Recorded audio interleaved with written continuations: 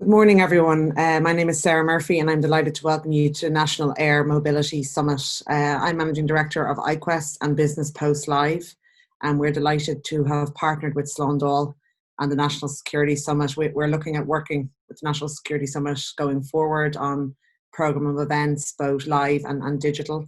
So I'm now going to pass you over to Jerry Waldron, who's Director of Slándáil, who's going to start the proceedings this morning. Good morning, folks. Thank you very much, Sarah, for that.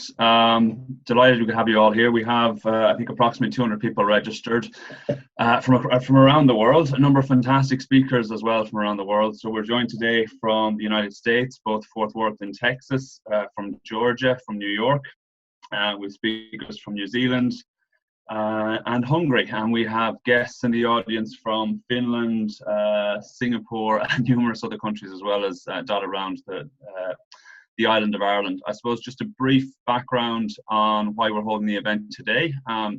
We're delighted to be joined by Deputy Cathal Berry, who has raised the issue of air mobility and military air transport in our national parliament, the Dáil Éireann, in the last few weeks. And I suppose it was acknowledged at that stage by the Taoiseach, this is something we are weak on, and something we haven't really developed a huge capability in.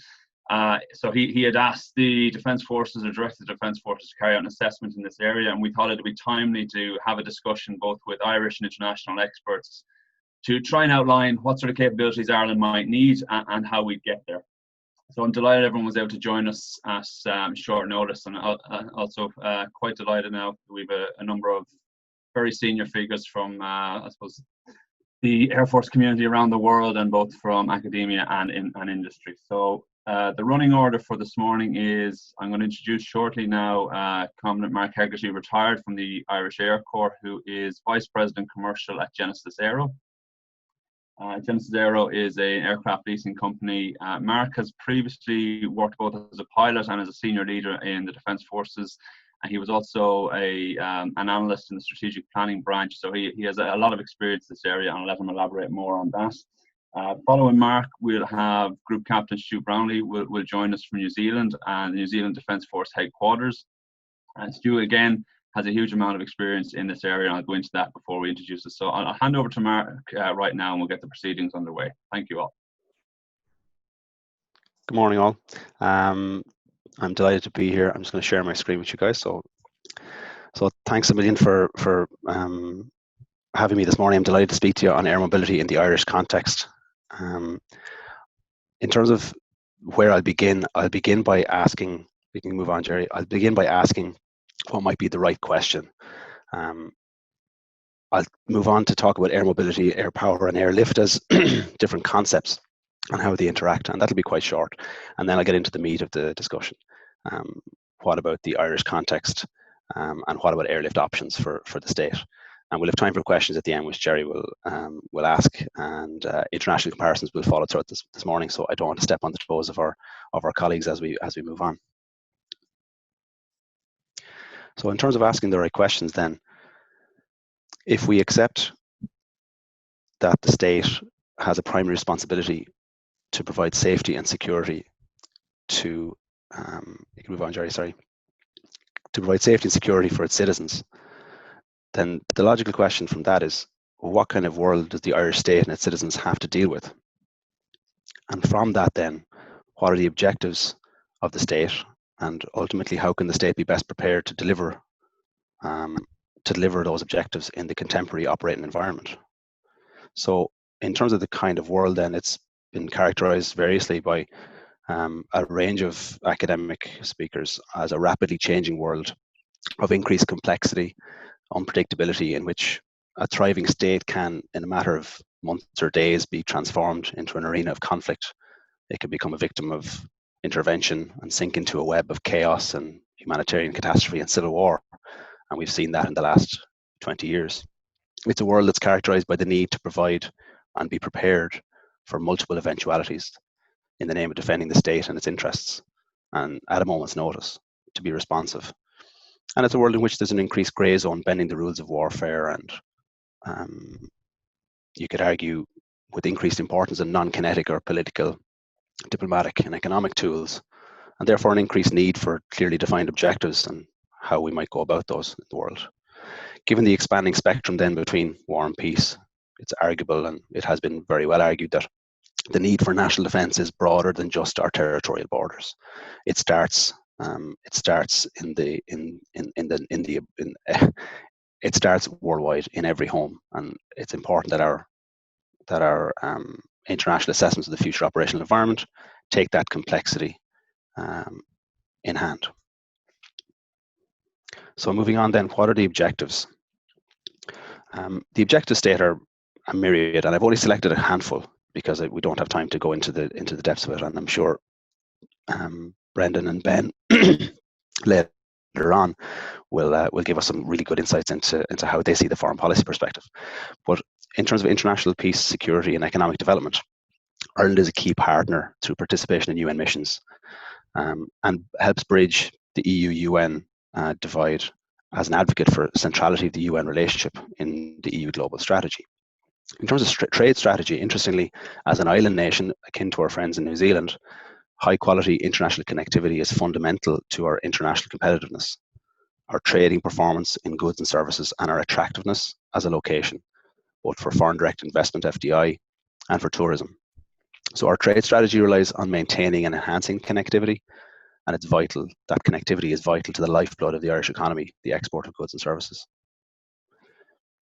Delivery development aid is important for the state in its role as a responsible global citizen. The promotion of Irish interests and Irish values has a long history, and we now find ourselves as a small, non-aligned, economically open democracy that can diplomatically punch above its weight. But the challenges of the current pandemic are clear to see, and protecting our citizens and state personnel has never been more important. It's a responsibility that we can't and shouldn't shy away from. The heaven forbid incident of a mass casualty event abroad, or a need to reinforce or extract Irish troops or diplomatic missions and medical evacuations, as well as non-combatant evacuation operations that we've already been involved in, are some examples of how we might deliver that protection and project that protection around the world. So how can the state best prepare for that environment then? Ultimately, it's down to being able to build a full spectrum defence that protects and defends the state and its citizens and interests in sequence, at home and overseas, across the military, economic, social and diplomatic domains. And within that full spectrum defence then, to build flexible and adaptable capabilities in order to provide national resilience in times of crisis. And airlift is just one of those things. You can move on, Jerry.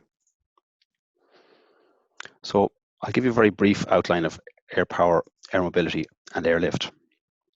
And it's down to the hierarchy of how things come to be named. But air power, as the highest point in the hierarchy, is a military instrument of power. The others being military power, diplomatic power, economic power. But air power is a subordinate element of military power, underpinned by information, the ability to use air capabilities in and from the air to influence the behaviour of actors in the course of events, both in the air domain and in other domains. Mobility, or air mobility in particular, is a role within air power that enables movement, manoeuvre and sustainment, whereas airlift is the application of capabilities to achieve specific missions at the strategic and tactical level. Those missions then include deployment and redeployment, supply and sustainment, medical evacuation, aid delivery, intra and inter-theatre airlift, and then all those things at the strategic and tactical level. Now, whether something's strategic or tactical, it can be debated very, very intensely, but I find it useful to consider that when you look at the effects that are intended or the effects that happen, that's a good way to estimate whether something is strategic or something is tactical. If it has broader mission critical implications, it's probably strategic. So airlift provides force protection. It provides flexibility and an effective response to emergent threats and opportunities. And it also provides contingent capability, the ability to respond to events that happen. And that's just a very brief outline of airlift in the context of where we are today. You can move on 2 slides, Jerry. So this is a very busy slide, but at the top you have the different roles and range of state services that are provided by Ireland's military air arm, the Irish Air Corps. And the Air Corps is the only sovereign presence in the air domain. So the daily services, as you can see across the top, that meet government assigned tasks, take up the bulk of the contingent capacity. These tasks include firefighting, air ambulance, police aviation, which is strange, is not common for a military air arm, maritime defence and security operation, and helicopter emergency medical services. These tasks and services are drawn then from a wider foundation of contingent capability, the ability to do things when things happen. And that in turn is reliant on people and equipment and organisation amongst a range of other capability elements or subparts. So these fundamental subparts or elements are provided then through funding and from policy decisions. And what we're trying to talk about today, I think, is how do we use those funding and policy drivers to deliver equipment and capability to provide contingent capacity and deliver services at home and overseas. You move on, Jerry. So this is not a historical examination of the entire Air Corps fleet, much as I would love to deliver that. Rather, I just want to take one retired aircraft and look at what its retirement meant for the state and its strategy.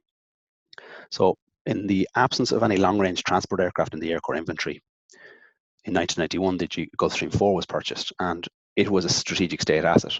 It only had, it was certified for 19 seats. It's not a big airplane, but it has reach. It had range and flexibility and availability and versatility. And it'll offer the state and the government a secure transport capacity that was not otherwise available. Its retirement was a substantial loss in air transport capability, particularly in terms of reach. And it's a good example of an asset that one doesn't think of when one thinks of strategic lift, but it provided strategic impacts in its operations. You can go to the next slide, Jerry. And it's this reach that has been lost to the Air Corps in recent years when the G4 retired. The aircraft provided the ability to jump into the heart of Africa, extract personnel from Sudan, visit troops in theatre in Chad, provide diplomatic and head of government transport across the Atlantic, and deliver diplomatic personnel into Tripoli and Libya to help extract Irish and EU citizens. Its retirement reduced considerably the reach of the state in projecting and, more importantly, protecting its personnel. And that wasn't a specialised aircraft. You can also see it in use, yes, as a VIP airframe, but also the US Air Force used it for the same tasks that we did. Next slide, Jerry.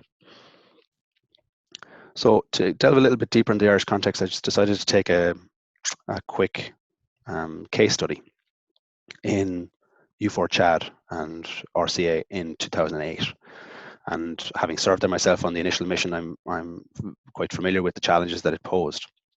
So the Defence Forces were faced with their biggest logistical challenge, which was deploy, protect and sustain a battalion of Irish troops in inaccessible terrain, and after deployment with only air support to sustain the operation. Once the wet season began, as you can see from the photos on the top left and top right, everything from drinking water, aviation fuel, diesel, food and ammunition needed to be airlifted in. The challenges of the environment were many and varied. There was no road infrastructure, no bridging, and large seasonal river waddies, amongst other things, like plagues of locusts and frogs and snakes. Other operations spring to mind, though, that require similar reach and range and capacity, such as the Lebanon extraction in 2004, the Tunisia extraction post the terrorist attack in 2015, and an interesting parallel actually between Libya, the non-combatant evacuation operation in 2011, and the current COVID-19 responses state by state in particular, was that we see nation states prioritising their own interests first, which is reasonable and to be expected, and only then lending assistance to other European states, only when surplus capacity is available. So the Taoiseach's comments in response to Deputy Berry's question around the situation being suboptimal are well-founded in the Irish airlift context. So that was 2008, and we can move to the next slide, Jerry. So what's there right now? And where's the gap? So the three photos you have are our current serving aircraft in the Irish Air Corps. You have on the left the PC-12 NG, which will carry 9 passengers or a patient and 2 medics, or a ton of cargo to, just less than 1,000 miles. In the middle, you have the CASA 235 MPA maritime patrol aircraft, which is a maritime patrol aircraft that we use for tactical airlift it has the capacity to carry 25 operators and 2.5 tons of cargo to about 1,000 miles, maybe a little bit more. In terms of medevac then, the Learjet is capable of carrying 7 passengers or a patient and 2 to about 1,500 nautical miles, obviously substantially quicker than a turboprop will be able to achieve. And then the 295 maritime patrol aircraft, which will replace our CASA 235s, is a step up in terms of capability. It'll be able to carry circa 35, 36 passengers, 5 tons of cargo up to 1,500 miles, and it'll do it faster and more efficiently than the 235 will as well. So doctrinally, the current Air Corps fleet would fit that mission in Chad quite well. A PC-12 with the capacity to reach from N'Djamena to Abéché to Gosbida, crossing the country, providing in-theatre medevac, and providing logistical support and other capabilities for the Irish battalion and for our multinational partners, as was provided to us by the French C-160s and Spanish CASA 295s in 2008. But in 2008, we were completely reliant on contracted aircraft to lift our personnel and equipment into theatre. And we would have been had we had to be completely reliant on contracted aircraft too. Next slide, Jerry. So in terms of reach, what the PC-12 is capable of reaching and the Learjet are capable of reaching are still within the European sphere. The 295s and 235s can deliver substantial amounts of aid or substantial amounts of equipment, but the scale of Irish past military deployments has most often been circa 150 troops in multiple chalks rotating 2 or 3 weeks apart. And when you consider the range involved, it's clear to see that the current fleet is not built to commence or sustain those kinds of operations at the ranges that we need to complete or to execute. Next, Jerry. So in terms of deployment and rotation, past and present and future missions in Africa and the Middle East, the capabilities required are easily identifiable. Rotate 120 to 150 passengers up to 3,500 nautical miles. Transport 10 tons of freight the same distance. Conduct logistical support missions at short notice, at high speed, and be able to operate from and be able to be maintained in Ireland. And when we combine the single mission need for a Chadian insertion or a Mali insertion or a Lebanon support mission, with the moral and the ethical and legal duty to protect and support our civil service personnel overseas, our military personnel and our Garda personnel overseas, that ultimately the state sends around the world, well, the reaching capacity that's missing from the state capabilities is even more obvious. And in the midst of the current crisis and crises to come, the provision of development aid and crisis response, amongst other things, even the crisis we're currently in that has you all sitting watching this from home, the requirement for an organic capability to support national resilience is even more stark. And with all these requirements in mind, we should probably start looking at some options. So if the gap is in the provision of 120 to 150 passengers, you can move on, Jerry, or 8 to 10 tons of equipment on a range of 3,500 nautical miles. If we assume that that's the requirement, then there are some constraints that should probably be applied as well. So the most critical part of airlift is the ability to put the aircraft and its crew into harm's way if necessary to help. And that's not to take on excess risk or take on unnecessary risk. It's more this is where sovereign ownership really comes in. And one of the key issues with the provision of civilian wet lease aircraft or aircraft for transport and medical evacuation, wet lease being with crew, by the way, is that when the security situation deteriorates, operations are prohibited due to insurance or debt covenants. And to be fair, also because civilian personnel haven't signed up to the unlimited liability that comes with military service. So an aircraft that's chosen must be available. It's probably going to need to be purchased in order to provide that sovereign ownership protection. And in terms of purchase, the state can borrow at rates significantly lower than private companies and can probably achieve best value for money with an outright purchase combined with an appropriate support package. Aside from value for money, the value of sovereign ownership owned assets is that it acts as an extension of sovereign terrain. It's available as and when needed. It's important as well that the aircraft is supportable on island. And we've seen from COVID-19 the fragility of the world in which we live. And it would probably be ill-considered to select an asset that the state could not reasonably and sustainably maintain from within our territorial boundaries. And there's a natural question then as to whether one aircraft is enough in terms of not just providing ubiquity in terms of the ability to react all the time, but also in terms of flexibility that in the unlikely event that something happens, you have multiple assets to throw at the problem to solve it. So what do we do next then? You can move on, Jerry. In terms of meeting that demand, do you buy new or used? There are pros and cons of both. And some of our speakers later will extend that conversation, but in the current context, putting an order in for new aircraft might be difficult to justify, given not in terms of cost necessarily, but just in terms of timeline for delivery. And just for context, the PC-12 will be 2.5 years to delivery. The CASA 295 will be 2-ish years from contract signing to delivery. So even with the scale of capital investment required, it doesn't guarantee delivery of an asset in the short term. And in the short term, I mean months. So in terms of buying second-hand aircraft, there's critical requirements in terms of airworthiness, supportability, and in the current context, there are excellent options available on the market for second-hand civilian airliners that could provide 10 years of operations for the state quite easily. There is a case to be made that rather than concentrating all your funding on one asset, that perhaps two assets would be preferable. Spreading the utilization across 2 airframes or more airframes decreases wear and tear and increases useful life. It also provides capacity to conduct simultaneous missions. It provides you not quite 100%, but certainly 98% dispatch reliability of having an aircraft available 98% of the time. And it gives you backup in the event of another major global stoppage. So this is only the second time I'm going to mention price, and that's because I firmly believe that price is a constraint that should only be applied once the decision in terms of prioritization of capability has been made. And if the requirement exists now, and it does, and if there's value to be had in the market, and there seems to be, it's probably prudent to take advantage of it now. And this further supports the purchase of a second-hand aircraft in that particular case. With that particular profile, a used airliner is a good example. You can move on, Jerry.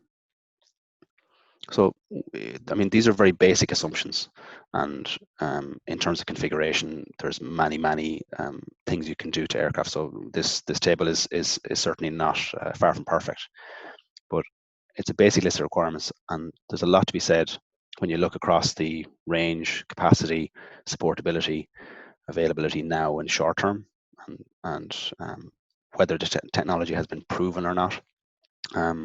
There's a lot to be said for a civilian airliner, an airbody, or a military airlift aircraft that is in service for quite a while. I leave Lockheed Martin to sell their own wares later on in the day, so I don't want to steal their thunder, and I also don't want to be caught out getting my numbers wrong. But it comes down to what are the key drivers today for the provision of airlift, and if you agree that it is to provide a contingent response on a very short timescale, then obviously your options in terms of the perfect response are going to be limited. But you can still get a very good response, and it's important not to let perfection be the enemy of progress. You can move on to the next slide, Jerry. So, in summary, I have only 5 minutes to go for questions, which is actually a miracle that I finished on time. It's clear that the organic airlift capability for Ireland can provide national resilience in times of crisis. It's clear that it can serve the interests of the state and its citizens. And it's clear that we can protect our personnel overseas more effectively with it. In the case of a civilian airliner, or rather, you could also argue that all of those options that I've just gone through will complement the current fleet. And in terms of a civilian airliner, provide the reach and range and reliability required, and are supportable on island, and as importantly, are available now. Next slide, Jerry. So with that, we'll move on to the international comparisons, but if you'd like to ask questions now, Jerry, or would you like to leave it to later, I'm happy to take them now or on the panel discussion this afternoon.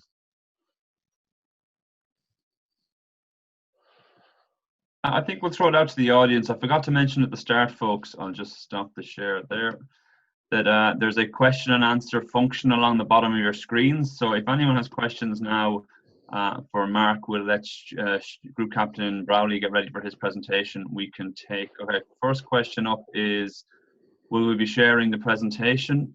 Yeah, absolutely. We're recording this live and we will be sending it out to all the delegates that registered, and we'll also be making it available online. We can make those. I don't think you've any difficulty with that, Mark, if we make the presentation no problem. available online. Absolutely. Okay, perfect. Okay, first one up. Would the Air Corps and the Defence Forces need to be reorganised to accommodate this new capability? That's from a serving reservist. I don't think so. I think the provision of an aircraft or a new aircraft type would obviously come with some requirements in terms of supportability and training and service provision. But the infrastructure that is currently located in Baldonnel and the architecture in terms of the organisation is capable of taking on new aircraft types, has a history of taking on new missions. So it doesn't necessarily require a reorganisation. What you might end up doing is reallocating resources within the current organization. You might take a certain number of technical crew, air crew, and assign them to this task. But I think in general, a requirement to reorg to accommodate a single capability is I don't think it's required. Okay. I suppose on that, I'm going to be killed. I know someone down the military college is dying to hear a question on the joint force or our future force. How difficult is it for the Air Corps to assess something like this, or come up with a timeline or a plan for capability development when we don't really have a future force concept of what the wider defence force is going to look like in 2030 or 2040 in terms of, we get one aircraft type or two aircraft types now, but we actually don't know what vehicles the Army is moving towards or what support the Navy might need in 10 years' time. Yeah, it's a difficult question. I think I worked on the last white paper in 2015, so I'm familiar with the challenges involved, and they're extremely complex. If you take the question that is, should we have a capability development plan? You're absolutely right. Of course we should. And the question historically has been, how can we align that capability development with our political objectives and our military objectives in order to deliver a future force, as you described, Jerry, out to 2030, 2035 and further? Because the assets we're talking about have 20, 25, 30 years of life. They're costly to invest in, and they deliver services over a long time. They're also flexible assets, but that's beside the point. The critical piece here is how can we make decisions today in the context of the challenges of tomorrow, and it's difficult. But the last white paper was and the previous white paper before that were reasonably clear in terms of enhanced capabilities that are flexible and adaptable are what are required, and the processes internally in the defence, in Irish defence, that can generate the prioritization of capabilities are there. Just when we went through the capability development process, or rather the white paper process, those scenario planning, those skills are there to do it. I don't think it's packaged as it should be, but that's probably, anything more than that is probably a question for defence leadership. Okay. I suppose welcome Senator Craughwell, George Craughwell, a very good public advocate for the Defence Force and Defence Organisation, and he's just wondering, why not lease without a crew at the moment? In terms of, you were talking about wet lease and dry lease, what's the difficulties there, or is there any benefits if you leased an aircraft without the crew? No, of course there are benefits, and I have to put my hand up and make sure everyone realizes that I do work for a leasing company, so I have to put that out in front. You can lease aircraft, and aircraft are leased in military circumstances. There are challenges though, and the first challenge is that, as I said, the state can borrow and can execute funding at a far lower cost than most private companies, which is the first place. So there's a value for money element. But in terms of freedom of action and sovereign rights and the ability to put the aircraft in harm's way, aside from the crew, let's assume it's a military crew that you're dealing with, but even to put the aircraft in harm's way, there are serious challenges in terms of the debt covenants and insurance provisions that are required for a leased airframe. So a dry leased airframe that the Senator speaks about is a good option, but it comes with some substantial penalties in terms of your freedom of action, what you can and can't do. And a good example of that is trying to get aircraft into even now under COVID-19, trying to get aircraft and put them into harm's way in difficult places in the world is not contractually doable for some people, for some lessors. The risk that they take with their assets is not just an operational decision. It has strategic implications right the way up the value chain and right the way up the funding pipeline for the future. So if a lessor allows his asset to be used in a war zone, the value in that asset is eroded immediately. The debt that's associated with that is eroded immediately. So there's a complex web of contracts behind a leased aircraft that give it some certain restrictions that would undermine sovereign provision. There's a very good question there, Mark, from Christian. I might let you answer it offline and type it, but he's sort of challenging some of the assumptions around sovereign ownership and saying, there is now companies like Meta Aerospace that will assume some of that risk, and I presume it's built into the contract. I might let you discuss that offline with him. Sure. Just type away. Happy to. Answer. Okay. What do we have? I suppose here's a good question, something we did want to bring in at some stage in the conversation in terms of, I don't think there's a functioning airport reserve at the moment. Obviously bringing in some sort of capability in let's say the air mobility area / airlift. Is there merit in bringing in retired personnel and reserve capacity to support that capability? That's from Liam. In terms of bringing in retired personnel, it's already been done. That retired personnel have returned to the Defence Forces in the recent past. Certainly, more in a reserve capacity would be, I think, is the point he's getting to. Yeah, I think it's a perfectly reasonable position to take. There are some complications, and it's only when you dig into the availability of air crews around the world and the demands in the last 10 years that you can realise that. One example is. Airline pilots are as one subset are limited to 900 operational hours per year, and most commercial operators will strive to achieve just that or to balance them within a very small window of that 900 hours per annum rolling. So by having retired or having reserve personnel give flying hours in particular to the Defence Forces is a challenge for the commercial side of the house rather than for the Air Corps side of the house. In terms of standardization, there are some really good learning that happens generally between the Irish military and the Irish civil air industry, because it's a small world. Aviation is a small world, and Ireland is the home of aside from aircraft leasing, there's a long history of aircraft maintenance on Ireland, and we have a worldwide network of people that we can tap into at any stage. Specifically on the reserve piece, then I don't see any reason why you wouldn't use a reserve capability. How much capacity you can draw from that is a different question. Okay, we'll wrap it up fairly quickly, folks. I'm going to ask two more questions, and I'll let Mark. Mark, I think you've access to the question and answer function there, and you might give some of the audience. Sure. One from I believe possibly a former colleague or peer of yours, who I think is down the Curragh at the moment. He's sort of saying, as an island nation with a history of expeditionary type overseas operations, would we be better suited with a tactical military aircraft rather than a civilian model? Would this provide us with a wider range of options, troop rotations, log support, disaster relief, etc., etc.? Or maybe it's not a zero-sum game. Maybe it's like you said, we have to diversify the airframes. But I'll let you answer that, Mark. It's an interesting question, and it comes back to the old story of need. I'm sure you'll see from the later presentations that it's trying to balance those conflicting needs.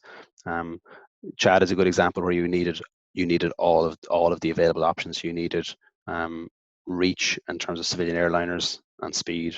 You needed tactical insertion.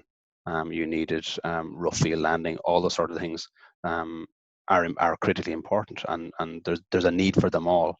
The question comes really down to what's the highest pressure we have right now, and what's the immediate need, and then how can we best service that. So if we assume the immediate need is for operating airport to airport and being available 24/7 to reach across the world to support national resilience, then civilian airliner is probably a better answer.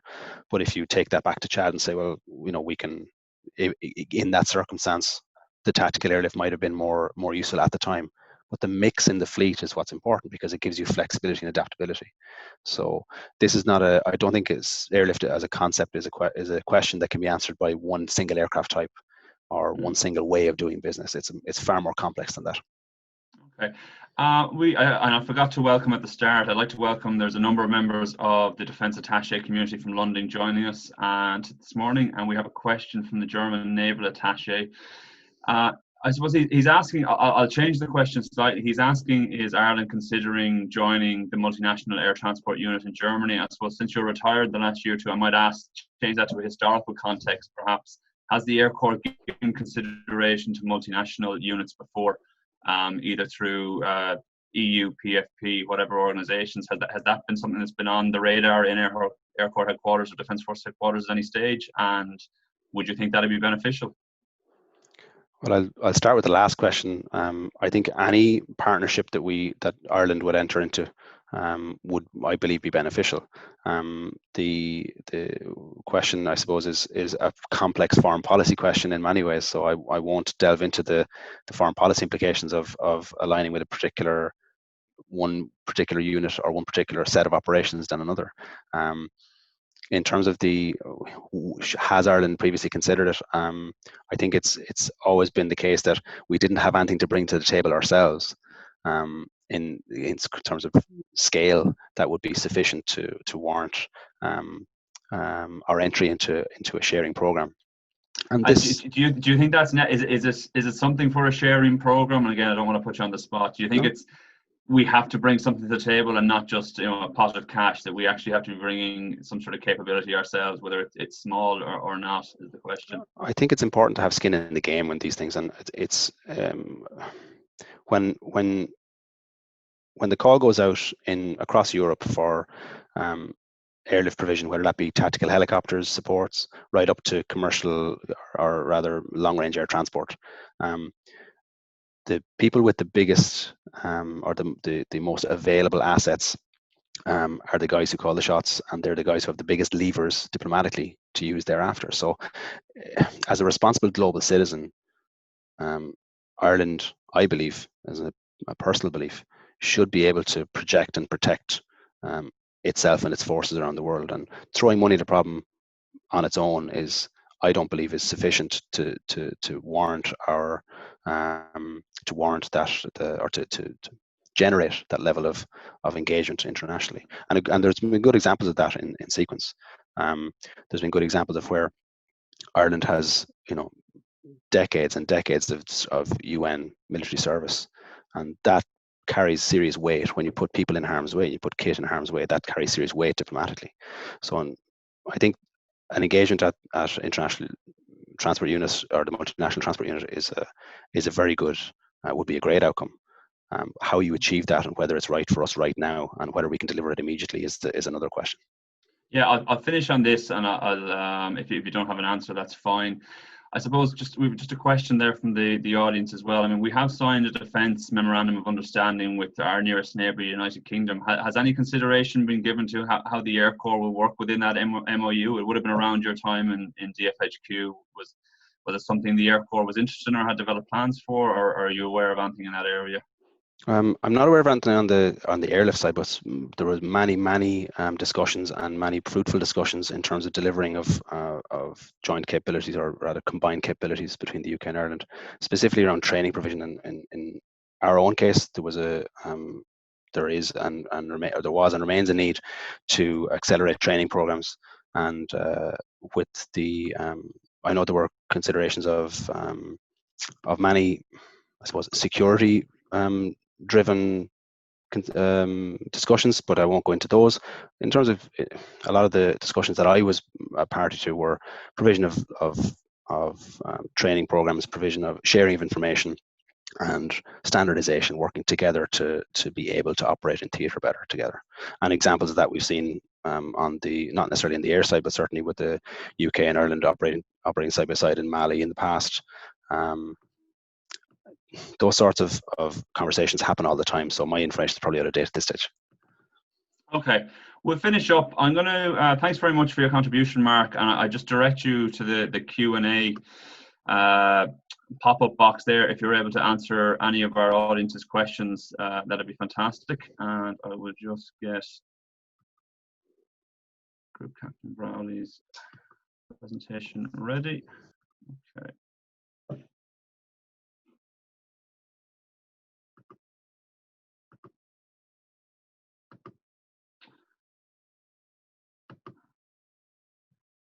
Okay, I hope everyone can see that now, and we'll go back to the beginning. So we're joined now by Group Captain Stu Brownlie. I'll just give you some of Stu's background. It's quite impressive, so I'll run through it. He currently works as the Director of the Aerospace Domain at the Capability Branch at Headquarters New Zealand Defence Force. This is the centre of expertise for the development, delivery and management of capability within the New Zealand Defence Forces. He joined the Air Force first in 1990 and went on to fly helicopters both within New Zealand, the Antarctic and the wider South Pacific. On promotion to Wing Commander, he served for a number of years as the Air Advisor on the Defence Attaché staff in Australia. And on returning home, he's been involved in capability development and strategy for approximately 10 years, both in the New Zealand Joint Headquarters, the Air Force Headquarters, and the New Zealand Defence Force Headquarters. And I'll let you take it over from there, Stu. Thank you very much for joining us. Thanks very much for your kind introduction, Jerry. Tēnā koutou, tēnā koutou, tēnā koutou katoa. In the Māori language of New Zealand, greetings to all, with warmest greetings from New Zealand to those of you in Ireland and also elsewhere around the globe today. I'd particularly like to acknowledge Deputy Jerry Berry and any other senior attendees from the Irish Government, the Irish Defence Forces and any of the other militaries who are represented at the event that we're at here today. I wish I could have joined you in person, of course, in Ireland, but circumstances kind of prevent that, as well as budgetary constraints today. Next slide, please, Jerry. So the aim of what I'd like to do for you today is really just to provide some insight into the air mobility or airlift story as provided by the Royal New Zealand Air Force within the New Zealand Defence Force. And to do that, we'll have a little bit of a look at the historical need and the drivers that shape our need for air mobility, look at some of the current capability set that we operate at present, and a little bit of a look at what's ahead in the rest of the decade for 2020 through to 2030.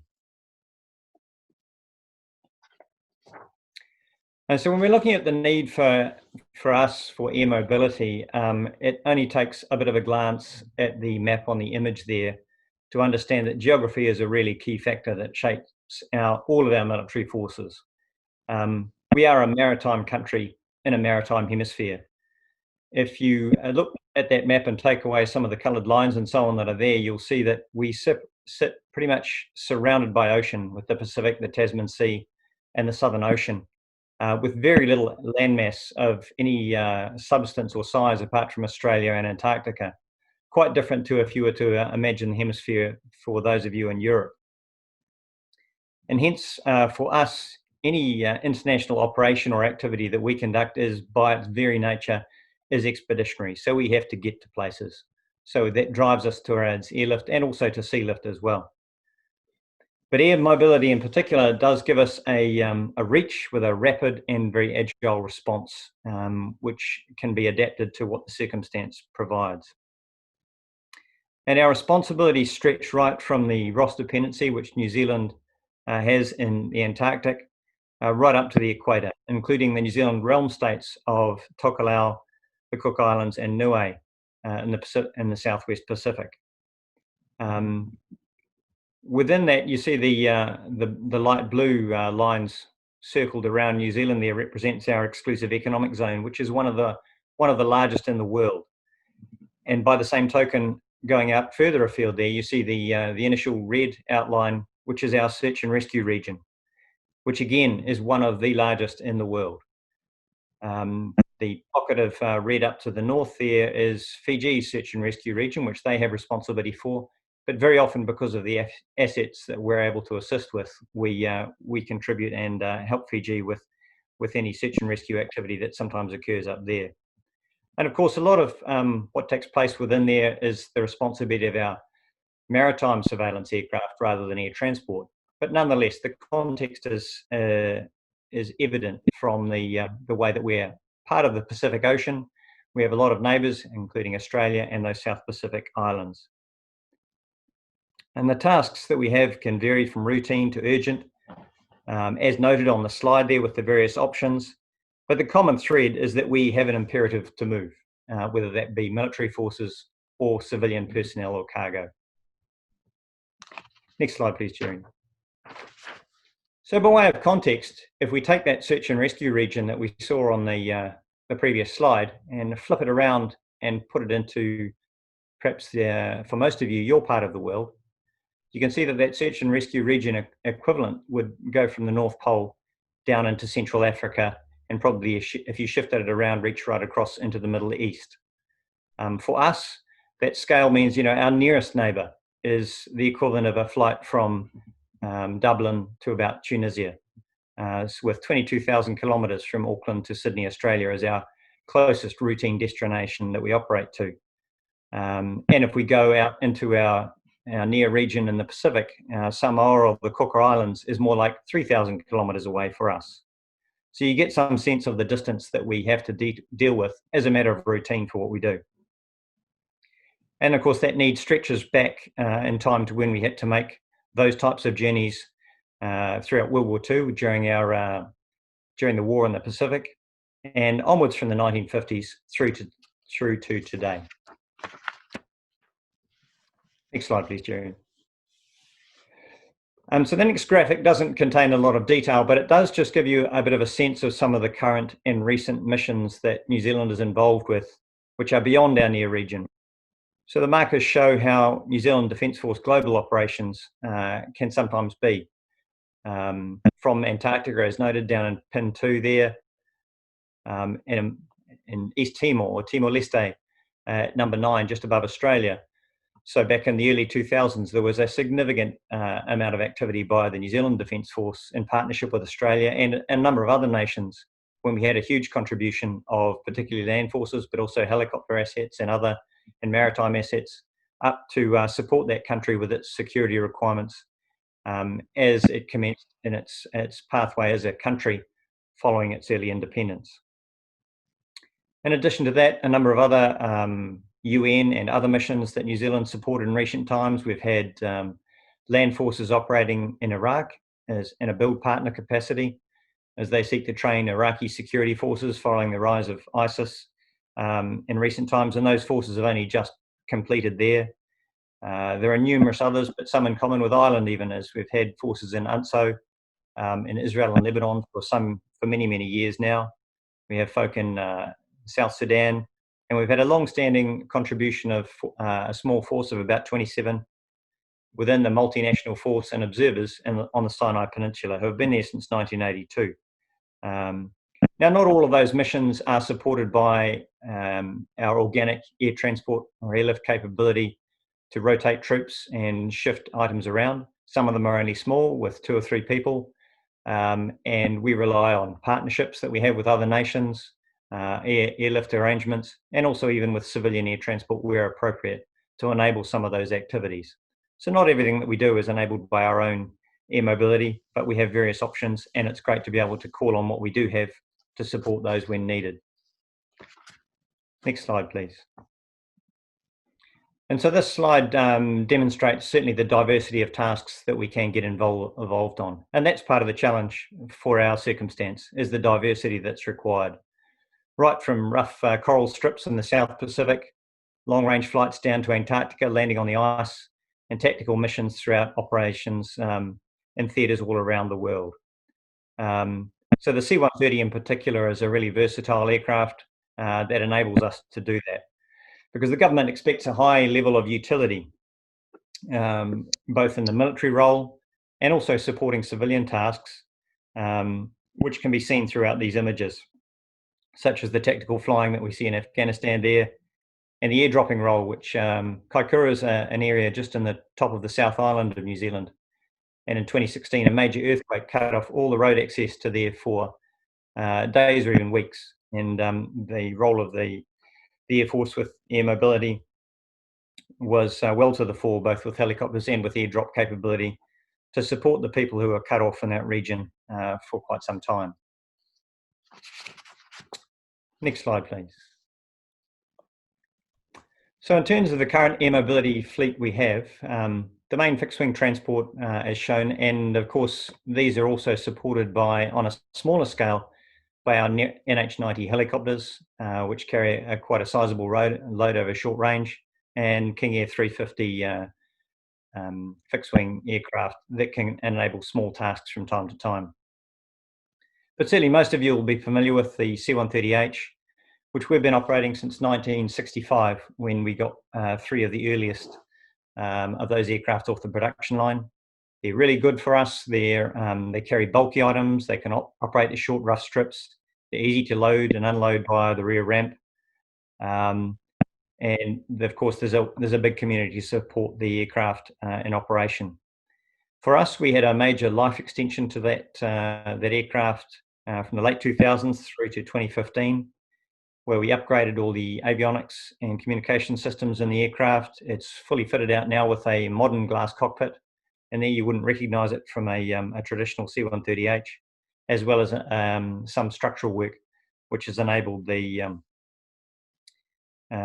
life of that aircraft to be expected to continue through to the mid-20s. But of course, with an aging aircraft, and it's now approaching around 55 years old, the costs have been ever increasing. And so from about the period 2016 through to 2019, the costs have probably increased by around the order of 50% to be able to operate the fleet of 5 aircraft that we have there with the C-130. The other major asset that we have is 2 Boeing 757s, which we acquired in about 2004. And the difference for this is, of course, is that it's essentially a standard airliner, but it has significantly more reach and speed over the C-130. A different cross-section, so it doesn't take quite such a large load.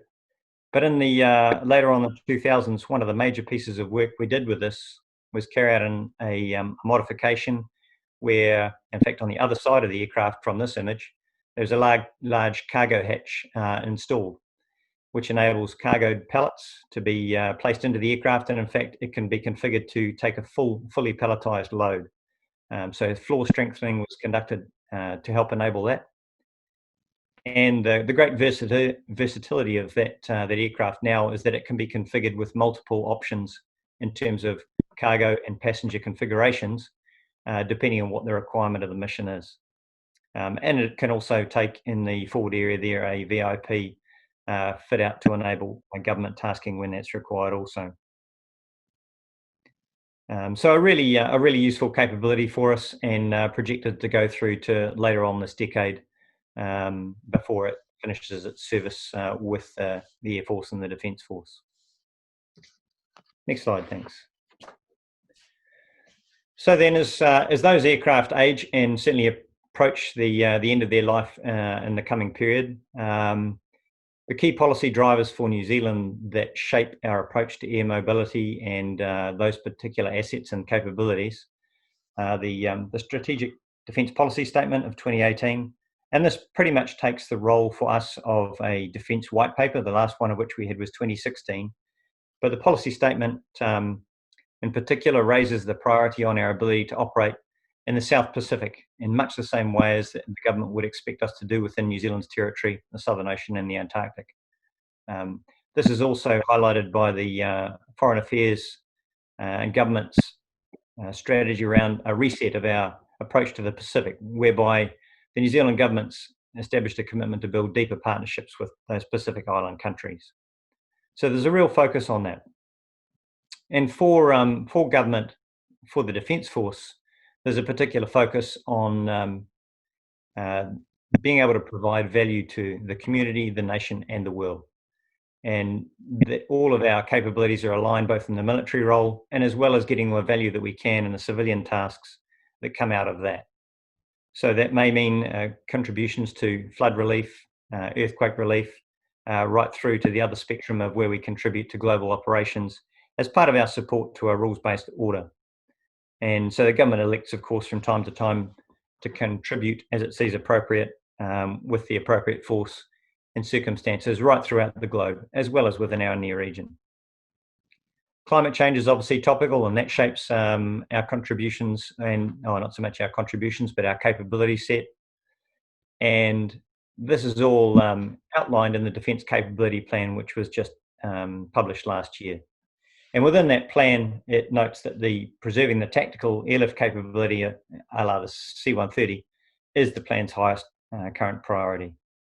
I'll point out that the use of the term tactical and strategic in the context of these is often couched around a particular audience in terms of trying to distinguish between that longer reach of perhaps a jet platform versus the tactical environment and operating in a combat capability.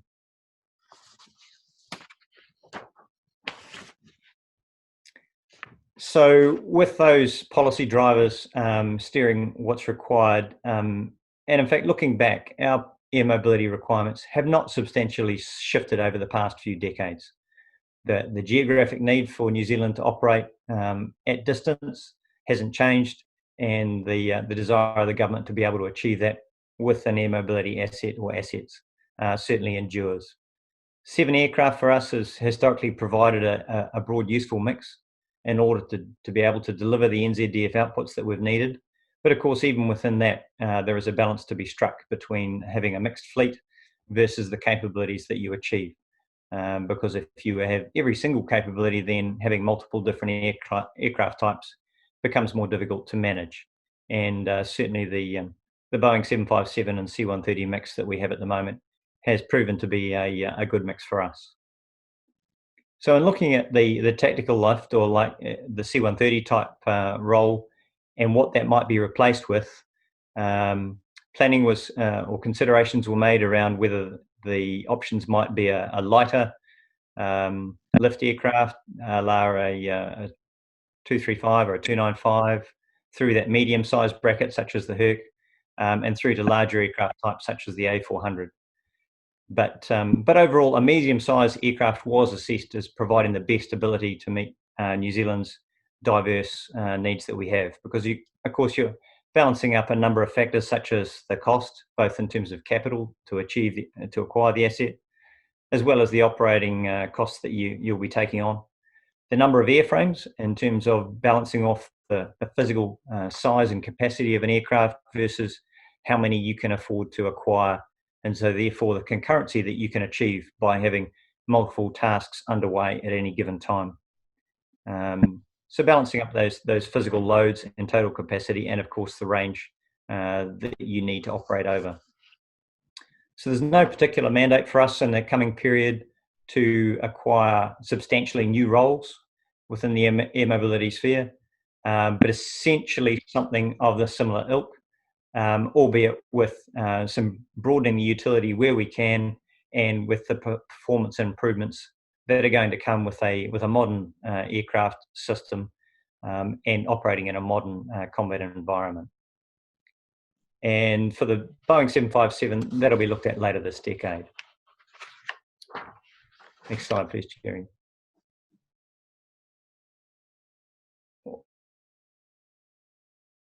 Tactical airlift area.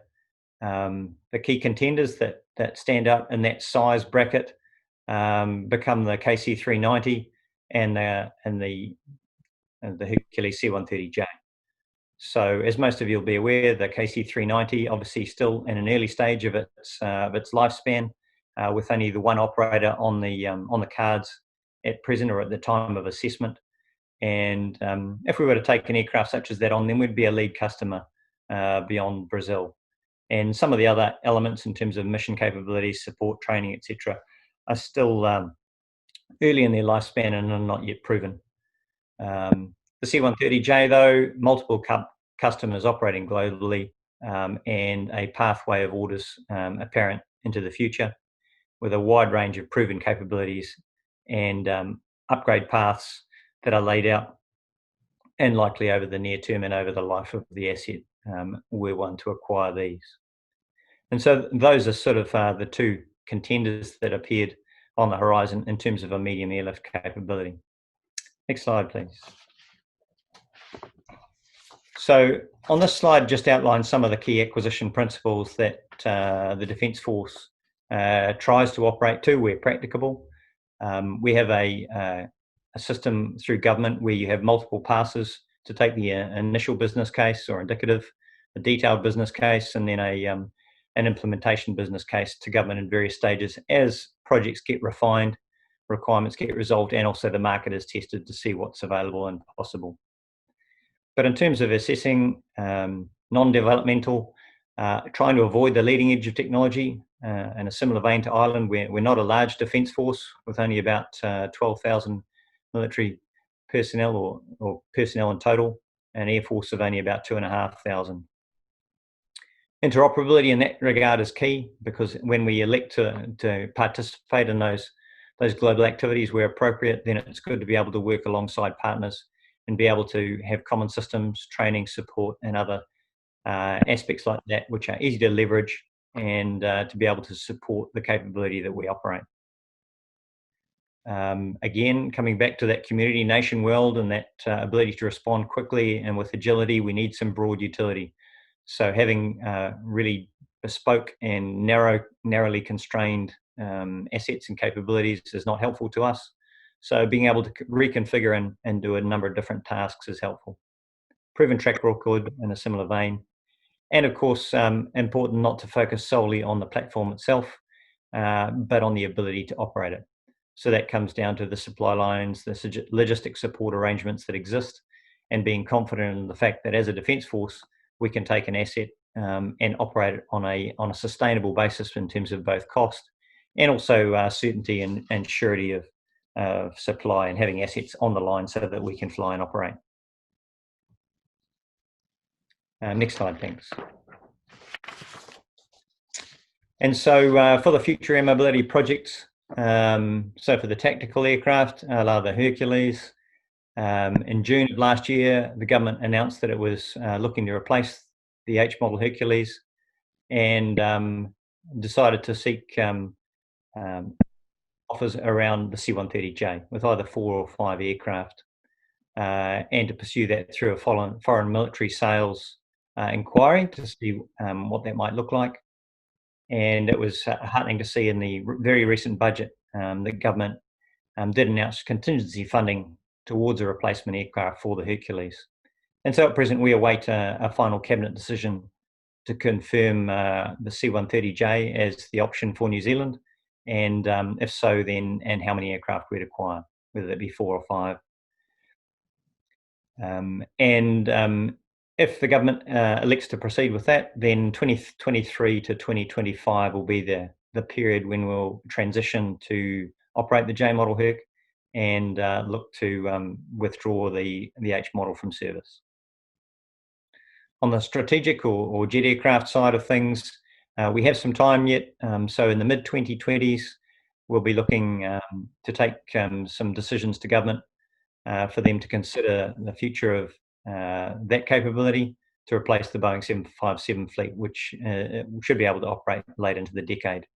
But certainly in the Defence Capital or Capability Plan, 2028 has been flagged as the period when a replacement for the Boeing 757 might seek to be brought into service. So that's really just a quick snapshot of the circumstance and the drivers and what it is that New Zealand achieves and does in terms of air mobility. I hope that's given you some sense of the reasons why we operate as we do, and why we have the capabilities that we do in terms of the tasks locally and further afield. And at that point, I'll conclude my presentation and invite any questions. Thanks. That's brilliant, Stu. Thanks very much for that. That was very informative. You're mentioning an Air Force there of only 2,500. I think there's probably some Air Corps viewers on the audience who'll be delighted to have an air arm of 2,500 in the state here. I suppose first question up, I saw one about expenditure, which is probably quite interesting. I'll see how much you're willing or happy to comment on this. But I think from the top of my head, your replacement program that you're looking at $1 billion New Zealand dollars plus over the next 10-15 years to replace the fleet. what's the public narrative been like in New Zealand around expenditure on that or other defence capital projects? Is it broadly supportive of the capability and it's understood this is needed for the company or for the country? Or can it be divisive, or is there a lot of arguments against defence expenditure in New Zealand? Historically speaking, defence expenditure does attract attention when it's a lot of money, but it doesn't raise very often. Of course, for the Hercules, this is a once in two generation acquisition, capital acquisition, and the Defence Capability Plan has highlighted that the Herc replacement would be in excess of $1 billion. Interestingly enough, we had the P3 Orion flagged for replacement, and a government decision for that went through within the last couple of years at about $2.4 billion. And of course, that did attract commentary because it's a lot of money in the context of New Zealand and its economy. But that didn't persist really substantially. And certainly, I think the New Zealand public see a great deal of value in terms of what they get from an asset such as our airlift and certainly the Hercules. I expect we'll get all kinds of opinions offered should government make a decision in and around this. But generally speaking, there's not a huge amount of negative commentary around that. Okay. I see there's a lot of questions from the audience on not specifically directed to New Zealand, but around aircraft types and airframes and things like that. I'm going to leave them towards the end, and I might try and get some of the experts to answer them as written questions, because we are trying to, as we said earlier, we're trying to talk about capability rather than a specific aircraft or airframe. I suppose one of the questions I wanted to bring up, Stu, is in terms of in New Zealand territory or on your two islands, have you found much use for the two for your fixed wing assets in terms of after earthquakes or other natural disasters in New Zealand, or is the helicopter fleet more than able to accommodate those needs? No, absolutely. Because when you want to shift items in bulk and shift bulky items, they're certainly an imperative. Some folk may be familiar with the large earthquake which struck Christchurch in the Canterbury region in 2011, and certainly we had air transport assets operating up and down the country to support that activity on a large scale, including removing some low-level casualties out of Christchurch at the time. Also, when we've had major bushfire efforts down there, and you saw the airdrop one in and around the Kaikoura effort, because again, being small, we only have 8 NH90 helicopters, so they can't be everywhere at once. But certainly moving big items and moving vehicles and those larger loads, there's certainly utility for us within the New Zealand context.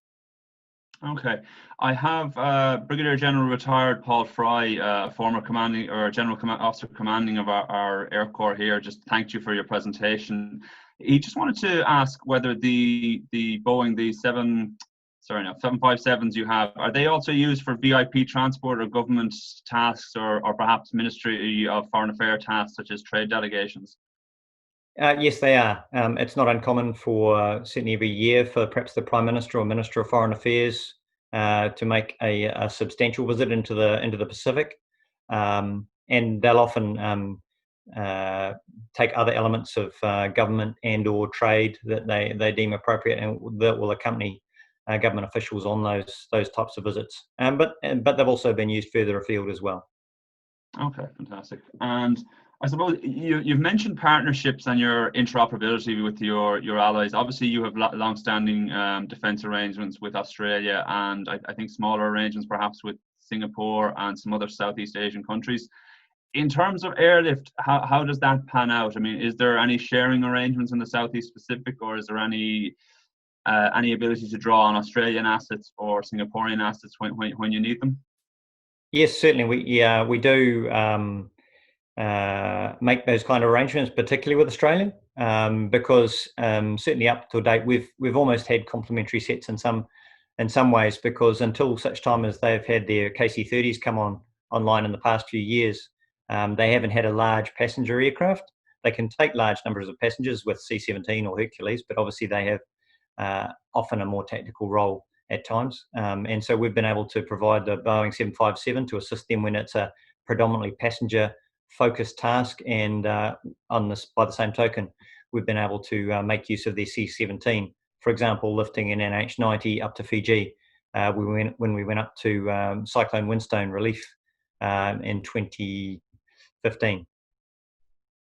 Okay, just another question from the floor there from Mick. Again, great presentation. Thanks for joining us, Stu.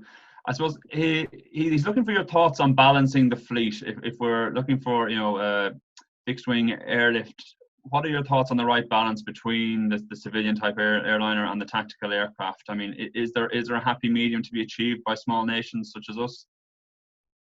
Oh, look, I mean, I think it depends on where the rate of effort and activity that you do, because of course the beauty of the Hercules is it can still do those civilian tasks, and by the same token, you can see that's where we made the decision to modify the Boeing 757, and so it has that multi-role capability. Even so, the piece missing for the 757 obviously is that it can't fly into a tactical situation so much as the Hercules and into those rough airfields.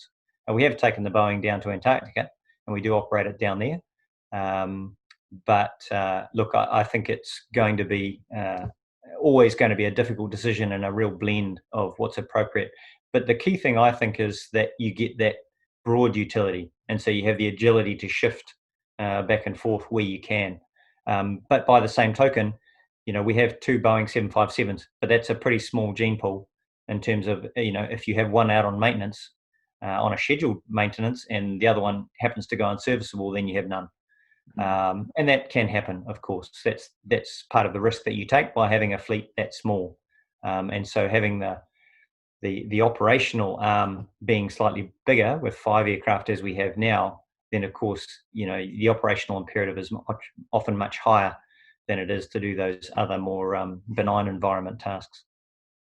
I'll just, because Stu won't be joining us for the end of the discussion panel, I'd ask if anyone has any questions that they throw them up now.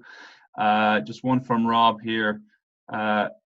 New Zealand Defence Force makes excellent use of their reserve forces. Could you outline how the reserves operate within the Air Force and how they contribute, maybe specifically to this capability as well? Look, I couldn't tell you the exact detail on what we've currently got running, but certainly like any Air Force, you have pilots that leave and join the airlines from time to time. And our thinking has shifted there since when I was a junior officer, where, you were not very well regarded, perhaps, if you left the service. But nowadays, we take a much more pragmatic and open approach to folk. And if they depart and rejoin, then that's fine. And indeed, we have worked with Air New Zealand as a key operator within the country to be able to attract and get the occasional pilot in particular back and operating on the reserve forces. I can't quite recall whether we've had too many in the Hercules fleet. I know we certainly have had operating our P3 Orions, 1 or 2 in recent times. And so it's great to be able to make use of that when we can. Okay, that's brilliant. I'll just throw it out to the floor, or maybe to the other panelists if they have any questions for Stu before he leaves us. I don't know, Ben or Mark, if you have anything to ask. I think Brendan seems to have popped out. We okay, guys? Okay. And what have we left here?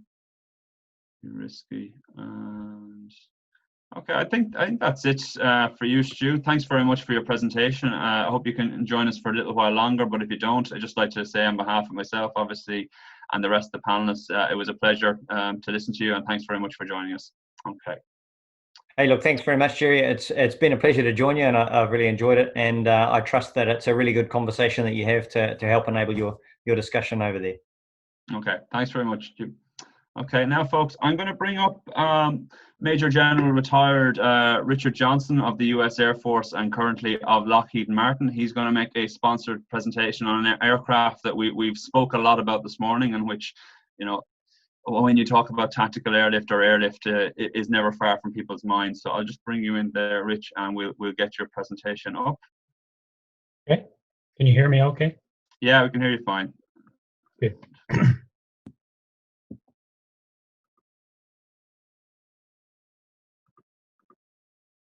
Okay. Bear with us, folks, for 2 seconds.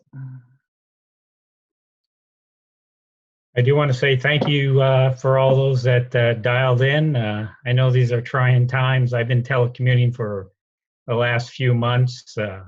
pretty much all of Lockheed Martin, other than the production line. The production line for the C-130 and the F-35 and F-16s have continued to go to work and deliver on customer expectations. Okay, I think we should have you there now.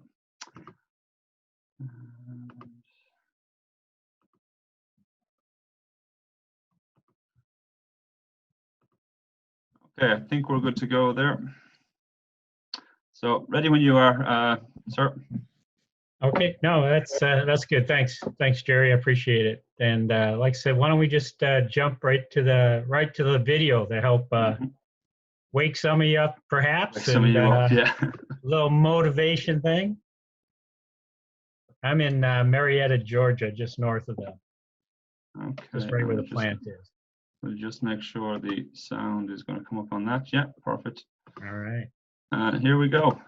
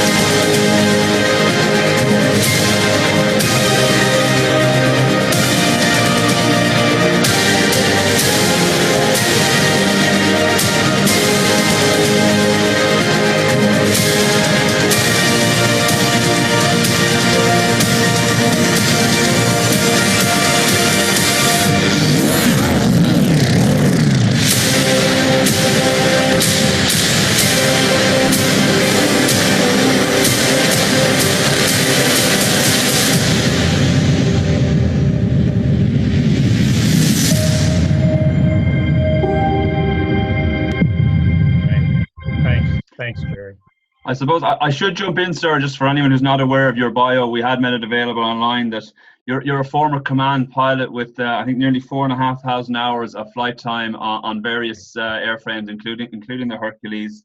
You've commanded a number of airlift squadrons and served, I think, in support of Desert Shield, Desert Storm, Operation Enduring Freedom, and Operation Iraqi Freedom.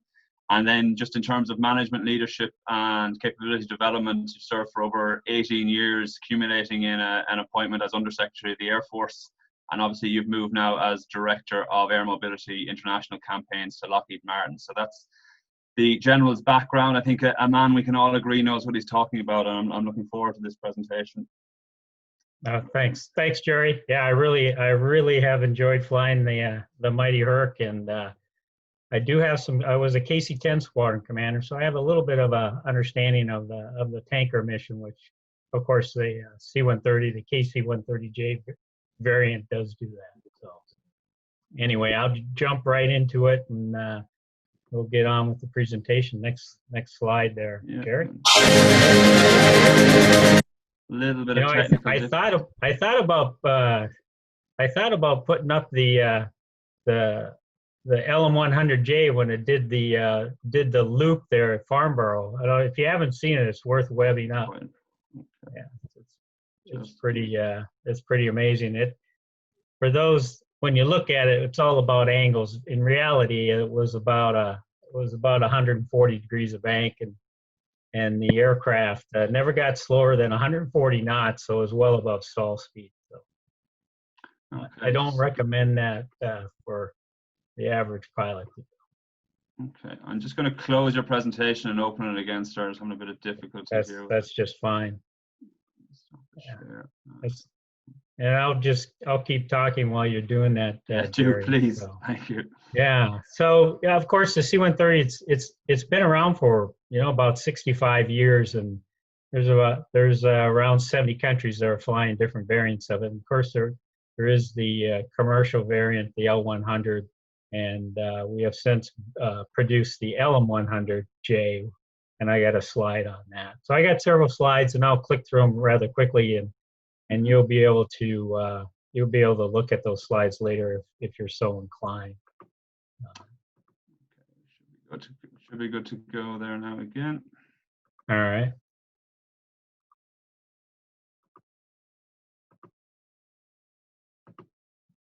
I thought the discussions earlier, oh, here we go. All right, we can go to the next slide. Next slide. I think that's a beautiful picture. Yeah, we'll stop here. So again, it is the longest continuous running military aircraft production line in history.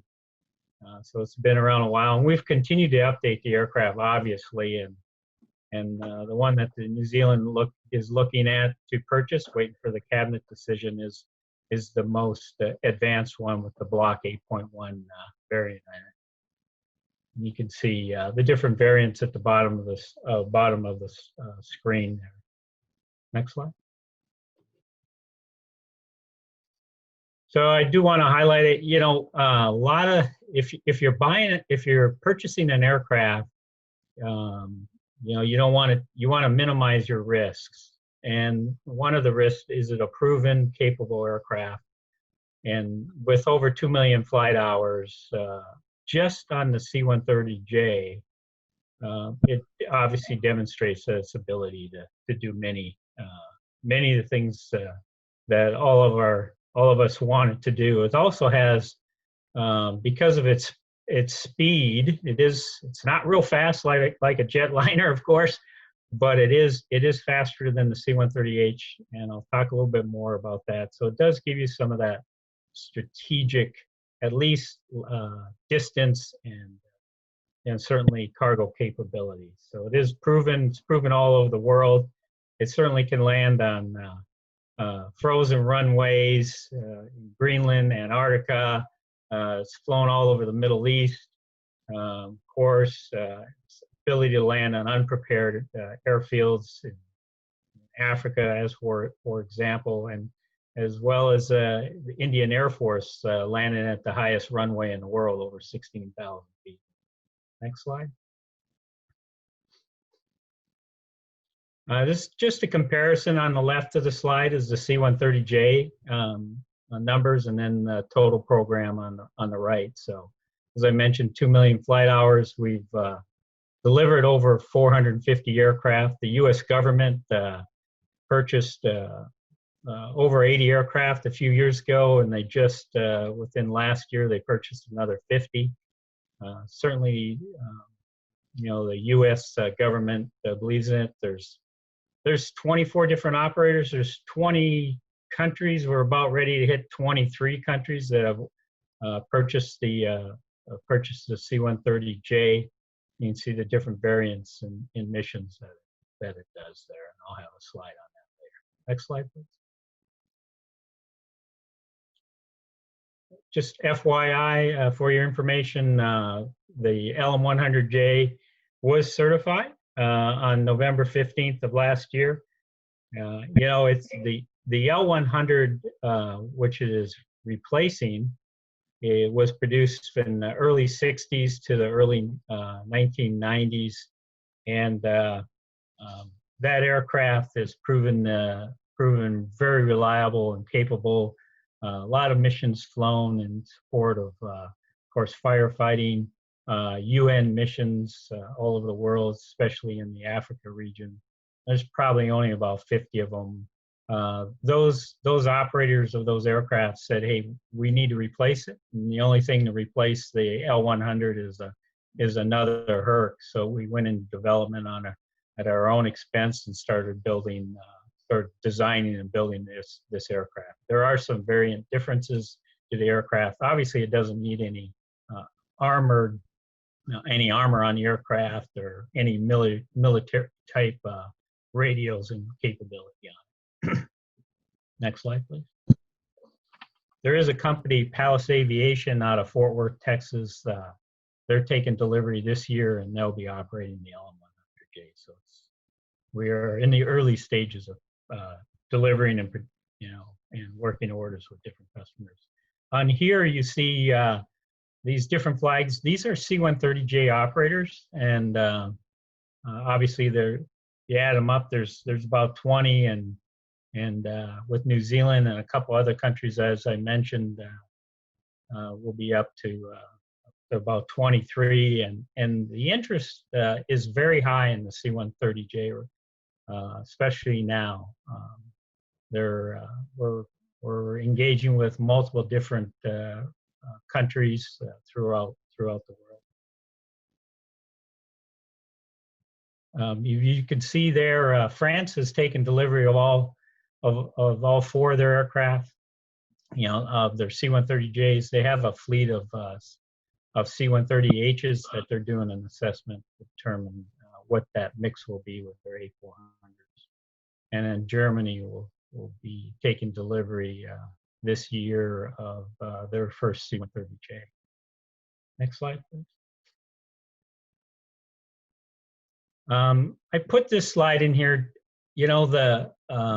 The C-130 is able to land and take off from pretty rugged areas. And I've flown a lot of humanitarian disaster response missions in my Air Force career throughout the world. And as many of you know that have been involved in those missions, the first 72 hours are very, very critical in order to get medical supplies and water and food to those people in need. And the global COVID-19 mission support, these are just some of the examples from France, India, and others that are being utilized throughout the world. I get a lot of, obviously, media reports from our comms people, and it seems like there's 2 or 3 every day where the C-130 is called on again to quickly get there, and you don't need to find you don't need a real paved runway in order to land somewhere if those in need are looking for your support. Next slide. I do want to do a little comparison of the C-130. I got a couple slides on C-130H versus C-130J. Obviously, the C-130J has Rolls-Royce engines, Dowty props, and so they're more powerful. They're more fuel efficient. It's a 2-person cockpit versus 4 on a C-130H, 1 loadmasters or 2, depending on what your mission requirements are. And you can see the payload and range are a fair amount different. You can carry 20 tons of cargo, 2,500 nautical miles or better on a C-130J. And I got a slide that'll show the comparison of total numbers. What I really like about it, and I'll have a slide also later on, is the enhanced situational awareness with a 2-pilot flight deck.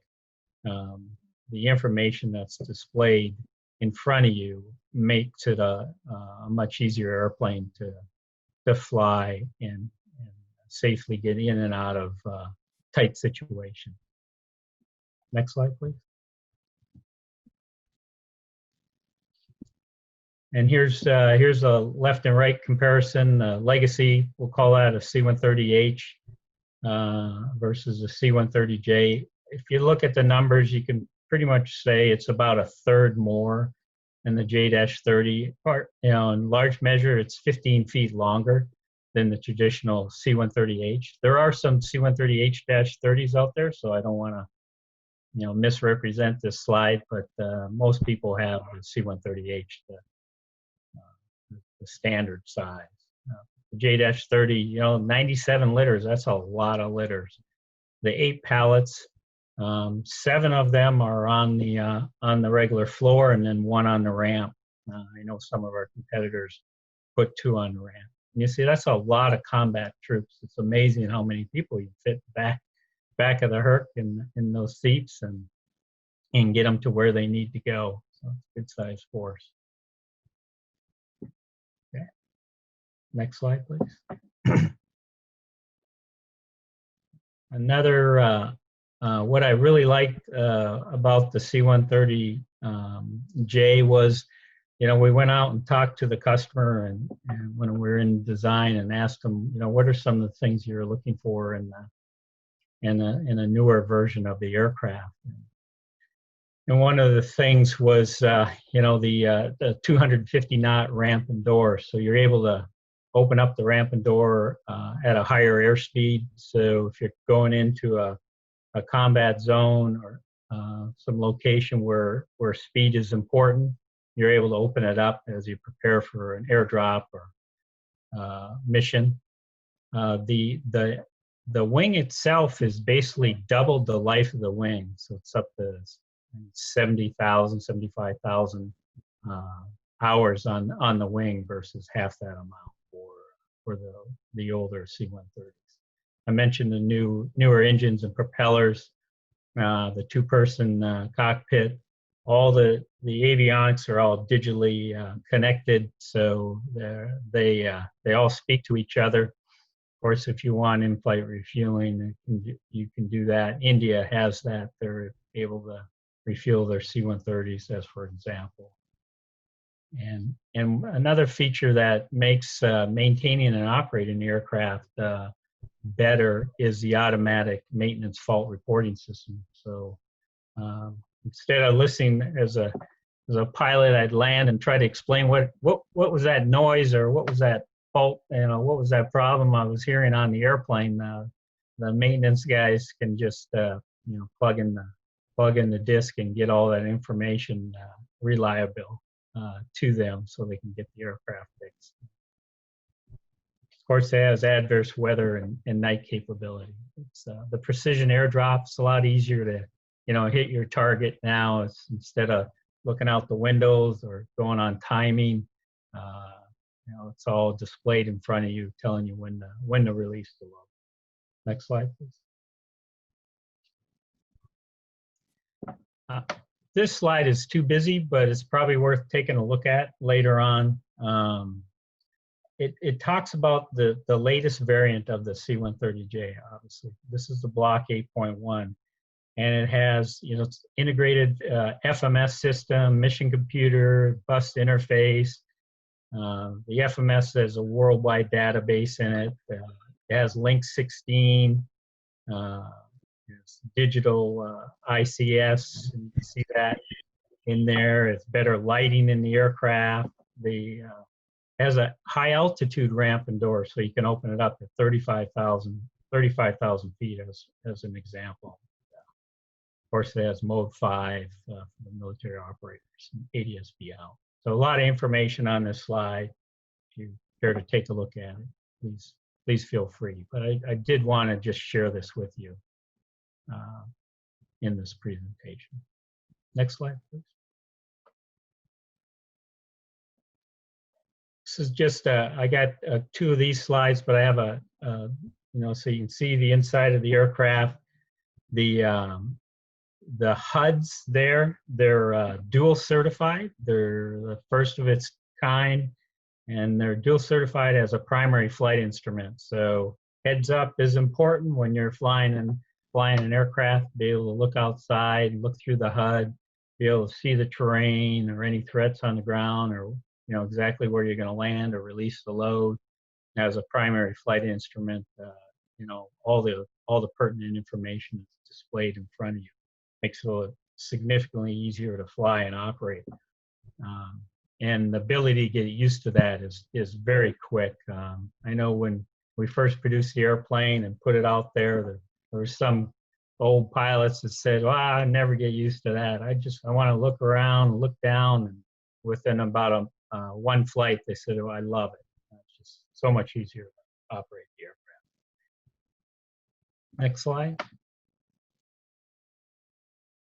So this slide just highlights some of the different, I think there's a little lag on there, highlights some of the different systems on the aircraft. Jerry, if you can, yeah, there you go. Again, the heads-up display has GCAS, the Ground Collision Avoidance System, TCAS, TAWS. It's obviously CNS ATM compliant. It does have auto throttles, and, to Cat 3, multi-mode color radar, and all the bells and whistles that make it a fun airplane to fly. So Next slide, please. One of the changes is in the back of the aircraft. Those of you that ever worked in the back, we call it the business end of the aircraft. When it's time to put on rolling stock versus palletize, you got to remove the rollers, put them up on the sidewall, strap them down with those 5,000-pound straps, and I can take 40 minutes, or if you're really good, maybe 35 or 30 minutes to do all that. Now it's like 5 minutes, and you just flip the rollers over and put them underneath the floor. It makes it so much easier, especially when those of you that have flown some of these missions and you're coming in to land, and then you find out that the type of cargo you're going to carry out is different than what you expected. Quickly able to transform the aircraft into whatever you need it to do. Next slide, please, Jerry. So with any aircraft, you're going to eventually need maintenance. The first PDM, periodic depot maintenance, heavy maintenance for a C-130J is 12 years. There's ongoing maintenance that you will do.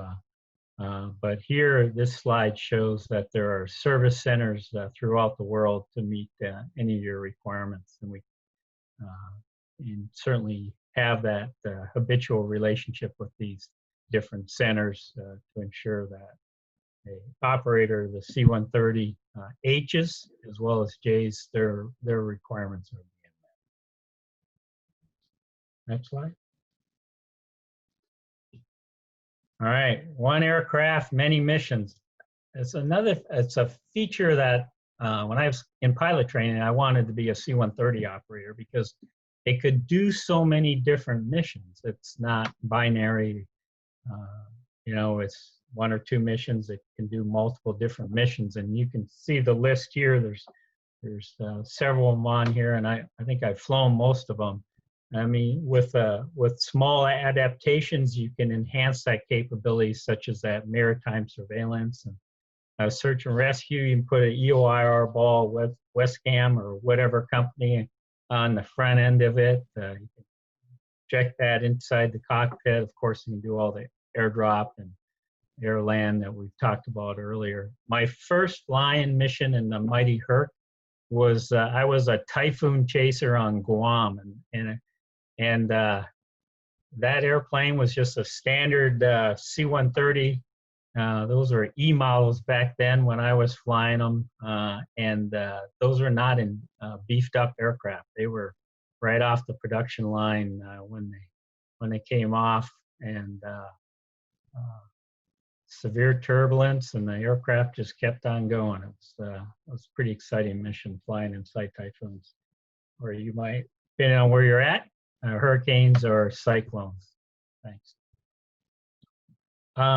Jerry asked me to, put a slide in a little bit about MPA, Maritime Patrol Aircraft.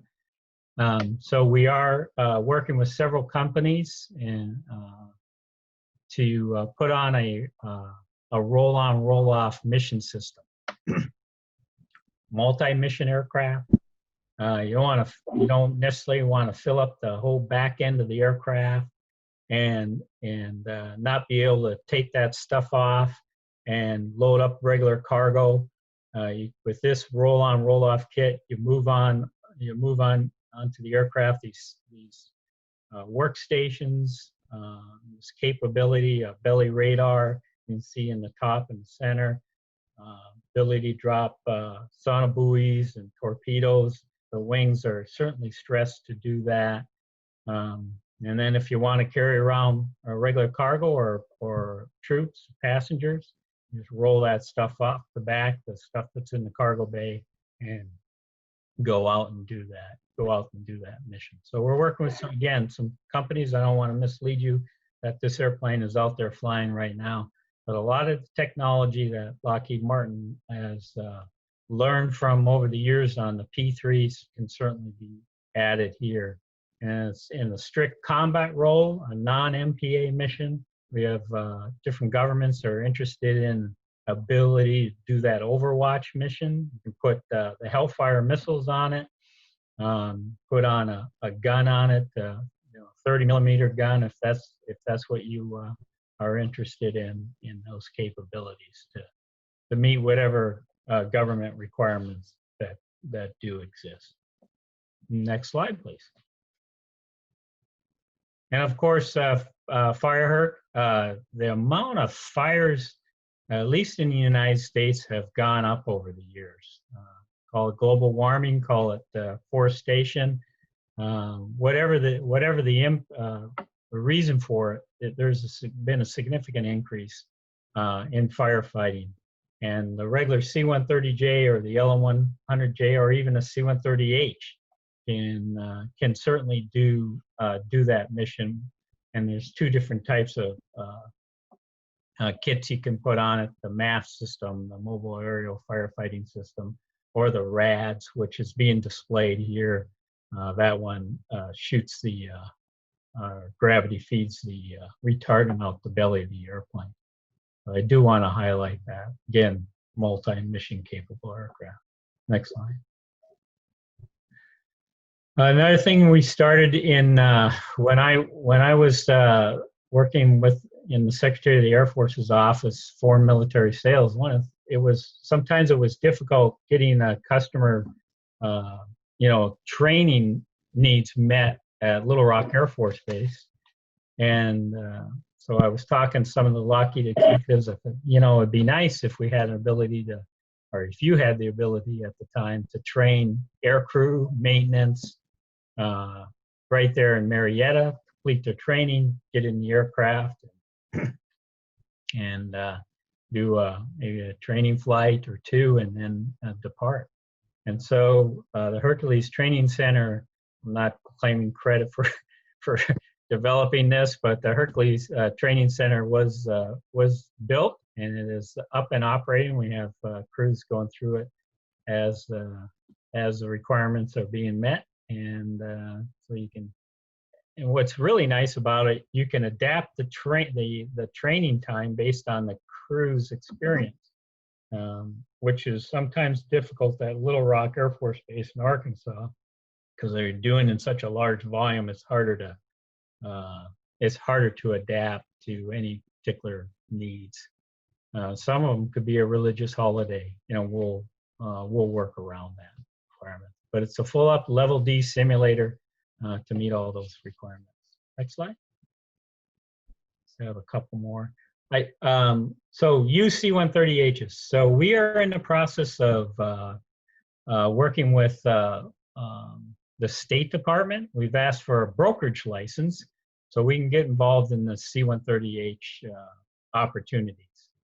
Could also be used C-130Js. So some of them are 20 years old if a customer is looking to replace them with newer aircraft.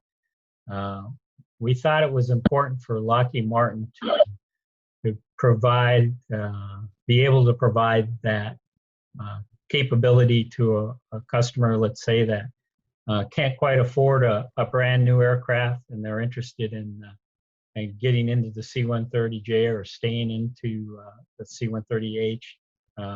We want to be able to provide that opportunity, and we would make sure that the aircraft are fully certified as far as getting all the maintenance requirements completed. We're in direct contact with a couple companies, one in Europe, one in North America, to provide that maintenance, make sure they're fully, got a PDM, all the avionics is upgraded to meet the new airspace restrictions that are kicking in this year. So we're in the early stage. I can't get into too much detail, but I went out and just hired a gentleman out of Europe, a Lockheed Martin employee. He's going to be working directly for me, and he's got about 40 years of experience working with the older C-130s, and his responsibility is going to be working with different governments, customers on meeting their mission needs within the used market. So more to follow on that going forward. Next slide, please. All right. This when I think of a Herc, I think of it landing and and dust flying and delivering critical supplies. You see the tail of a C-130, and for a lot of people that are on the receiving end of humanitarian disaster response, it's brings hope. One of the features on the C-130J that I really like, if you've ever been on a dirt runway or seen a picture of a C-130 and the dust flying up and they're trying to load or offload passengers or cargo, the aircraft has it's called a hotel mode. You press that and it reduces the amount of dust. It's not really decoupled, but it's like decoupling the propellers. It puts them in a feather mode. And 99%, I don't know how they came up with this, but 99% of that dust just dissipates. So it's easier to get on and off the aircraft without being all goggled up and everything. So Lockheed Martin, your mission is ours. That basically says, hey, we're here to help you. You're the primary, and if we can do anything for you, please don't hesitate to reach out to me or any of my colleagues in the future. And thank you very much, Stuart, for that. I'll jump straight into a question we have here from the floor. Yes. This is from Paddy, and he's saying, there's a bit of an echo there. Paddy just wants to know, as a small country that, if we were to get into the tactical aircraft market, are going to have small numbers and small orders. How easy is it to upgrade an airframe in the future, taking in different, possibly the ISO or the HC or WC or SC variants from a standard for airframe if we got a C-130 now or a second-hand C-130J? Yeah, so if you're purchasing a second-hand one, then you'd want to obviously make sure all the upgrades are on the aircraft within reason. If you don't need, you can delay some of them. But with those service centers, and of course Lockheed Martin here in Marietta, we will assist any government on making sure those requirements are being met. So the service center, let's see, if you're in Ireland, there's several options right there in Europe with Marshalls, and Ogma, and others right there in Europe to provide any upgrades for your aircraft. And you could work a contract. Let's say you don't want to have a huge maintenance team within your country. You can work a contract with those service centers to come in, or you deliver your aircraft and do some of that periodic maintenance. Obviously not day to day, but the maintenance occurs at the 3-year or 6-year point. So you reduce your overhead costs. People are expensive. I suppose we have one comment there actually, because it's quite funny. But I suppose in relation to the the C-130J and running the video, that perhaps it's too aspirational for a small force like the Air Corps. I mean, have you any examples of small forces around the world picking up second-hand models or picking up the newer C-130Js? Yeah, I wish I had that brokerage license. I would really get into it with y'all. But there are a lot of small fleet operators of the newer C-130J as well as the C-130H. When I think small fleet, I'm thinking approximately 4 aircraft. 2 to 4 aircraft. I think. As Stu was mentioning earlier on, Group Captain Stu Brownlie, with 2 aircraft, if you have one down for maintenance or if you have a requirement in another region of the world, you can meet those 2 different requirements. So there are a significant amount of operators of small fleets, and I would encourage any government, to include Ireland, to talk to those countries and learn from their experience of operating a C-130. Obviously, with an older aircraft, the mission capability rates, if you keep the maintenance up, you're going to get a better standard out of those aircraft. But of course, a newer aircraft is going to have a higher mission capability rate just because it's newer, right? It's like a car. Sir. Unless there's any questions from the panelists, I think we'll wrap up there and move on, as we're running slightly behind time. And I'd like to bring in Colonel Peder Söderström from the Swedish Air Force. I'll just welcome sir from who is serving as the Vice Commander of the Strategic Airlift Capability in Hungary at the moment. And just to quickly go through the Colonel's bio. So he operates as the commander of the Heavy Airlift Wing, which delivers capabilities. Sorry, I'm getting the echo there.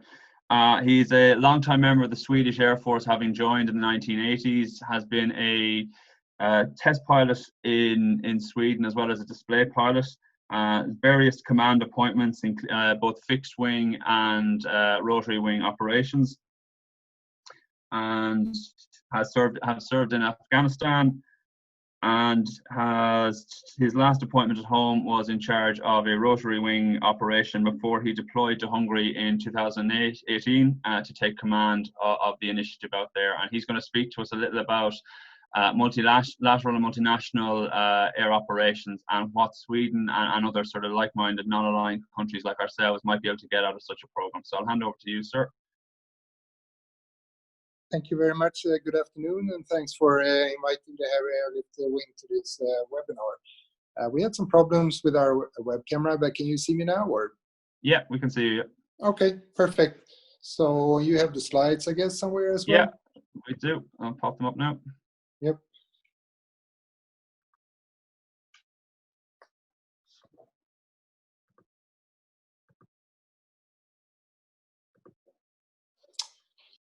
Looks good. Thank you very much. All right. So yeah, thank you for that presentation as well. We can just jump to the outline. So the next slide, please.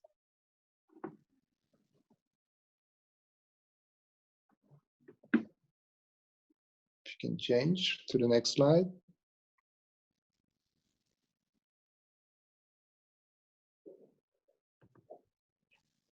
I think, is there a delay, sir? Are you getting that? Not yet. So are you in the next slide, or I don't need to see it? I have my paper copies here as well. But do you see the outline? We're on the outlines. We're on the outline slide now. Yeah, right. Okay, I can't see it, but if it's all right for all the other ones, I'm fine with that. So yeah, thank you very much. Can everyone else see that, Mark? No, still on the first slide. Can you select presentation mode? I think you got to go enable editing and presentation mode. Oh, let's do that.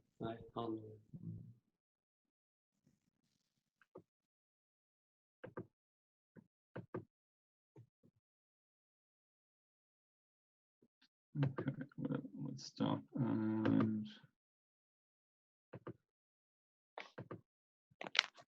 okay, and all right, now you're in presentation mode. Okay, that's good. Right, so thank you very much. I'll try to cover the basics of this program. So a little bit of the history, the structure, and how we work and what we look like in the Heavy Airlift Wing, as well as how we are supported by NATO. A few words about the PAP Air Base, where we are located, and some of the logistic support we get from our contractor, and some thoughts about why we think this is a success. And then finally, in the end, some words about what we believe we have gained with this program from a Swedish perspective as well. So next slide, please. Yeah, just to understand the history of this program, it actually all began in 2005, and it was a U.S. initiative from the beginning. I guess U.S. wanted Europe to be a little bit more responsible when it comes to strategic airlift. So that was how it all started, actually. And the first idea was that this should only be for NATO countries. But then Sweden popped up and joined this group of discussions, and Finland also joined the group. And so finally, after a couple of years of discussing, 2008, the SAC Memorandum of Understanding was signed, which then included 12 countries. So 10 of them NATO nations, and as you can see on the picture, Bulgaria, Estonia, Hungary, Lithuania, the Netherlands, Norway, Poland, Romania, Slovenia, and the United States. And the two other ones then is Sweden and Finland. So that's how it all started. I know there were a few or one or two other countries initially participating in the discussions around this, but the 12 were the final countries actually agreeing on the MOU for the program. So the program itself, it's a 30-year program, so it ends at 2038. It's possible to extend the program, but that will be a decision then by the governments whether it should be extended or not. So we're located in Papa, so that's in the western part of Hungary. I'll say a few more words about why we choose Papa later on in the presentation. 2009, the heavy airlift wing was activated, and we got our first C-17 was delivered, and after a couple of months, the other two were delivered as well. So in total, we have 3 C-17s that we operate. Standing up the program, the first initial years, and 2012, we were full operational capable to do the missions that we were assigned to do according to the MOU and the CONOPS we have. We have a couple of big milestones on the way, and one of the big ones was actually to build the hangar complex that we are in right now, and that was finished 2016. So next slide, please. Yeah, so what is the SAC, Strategic Airlift Capability? It is a multinational effort. It's not a NATO program. Sometimes we get connected to this is a NATO program, but it's not. It's owned by the 12 nations.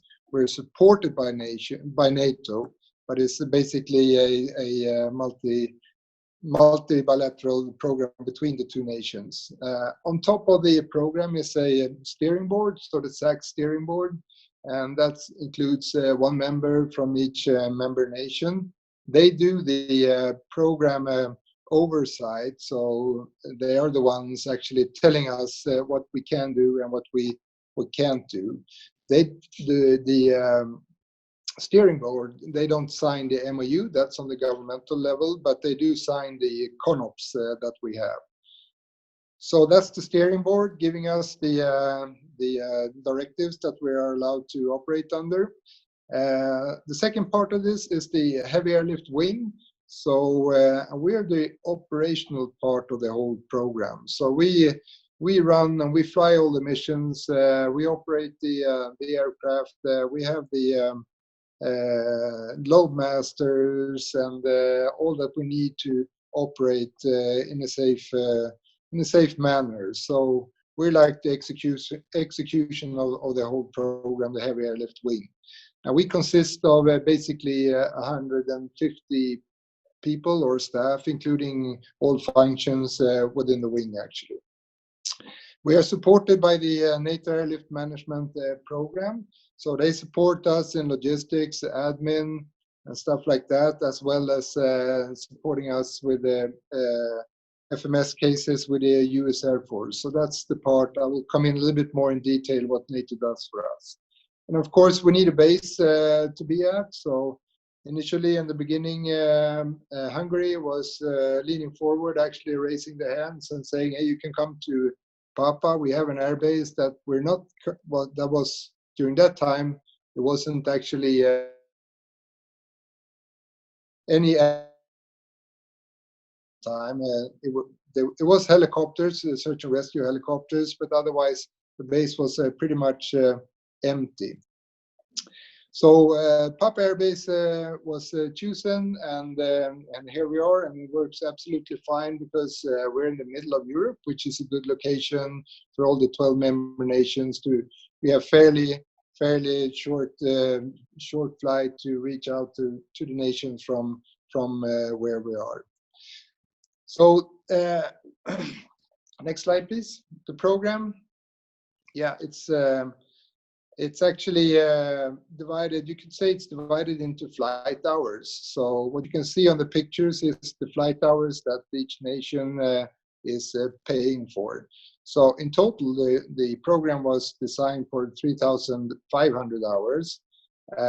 We are right now designed for 3,165, divided on the 12 nations, as you can see. And the US is the biggest nation, the biggest owner of the program, so they owns 33% of the program, and Sweden is actually number 2. So US have 1,000 hours to use during the year, Sweden 550, number 3 is the Netherlands with 500, and then number 4 is Norway with 400 hours. So we are like considered the 4 big nations in this program, and you can see the hours on the rest of the nations as well. So up until now, we have flown almost 30,000 hours. We have been operating for 10 years now, so we have almost made 3,165 hours yearly, but not fully every year. Next slide, please. So this slide is kind of busy. You can click. Yeah, you see the, yeah, okay, you can click, just open it like that. So you see the blue dotted line in the middle. So to the left side is the one too much, yeah, thanks. On the left side is the operational part. So, and we are the supported side, you can say. And on the right side is the NATO structure, which is the supporting side. So just to explain the picture, the SAC steering board, they actually gives us what we can do or what we shall do. And they ask then the NSBA and the NAMP, the NATO Airlift Management Program, to provide whatever support we need when it comes to that. And they have a NAMP program board which actually directs NAMP, which is located here in Papa with about 65 people, to support us to be able to operate our C-17s. We don't, on the left side, and the steering board, as you can see, gives the directives to us what we can do. We operate and we do some maintenance, but not that much as you could actually think about. But we do maintenance when we're on the road, out on missions. Then we have flight crew chiefs joining the mission, and we can do whatever is needed if something needs to be fixed when we land somewhere else. Otherwise, we do oversight, and we're responsible for the continuing airworthiness within the heavy airlift wing.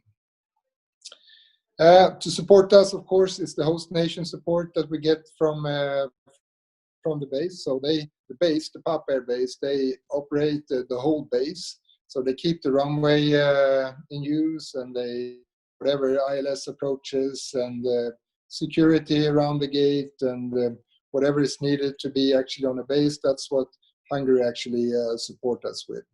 And in the middle, we have a executive secretariat, which is in Capellum, Belgium, who actually keep tracks on whatever decisions, documentations that we're producing to make it in a good order, actually. So next slide, please. So the maintenance side, mainly here on base, is contracted to Boeing through a FMS foreign military sales contract with the U.S. Air Force.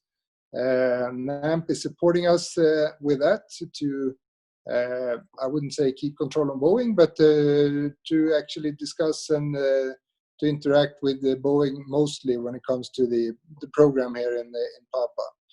So Boeing, they have approximately 90 employees in their program, and they can do most of the maintenance repairs that we need to do here in Papa.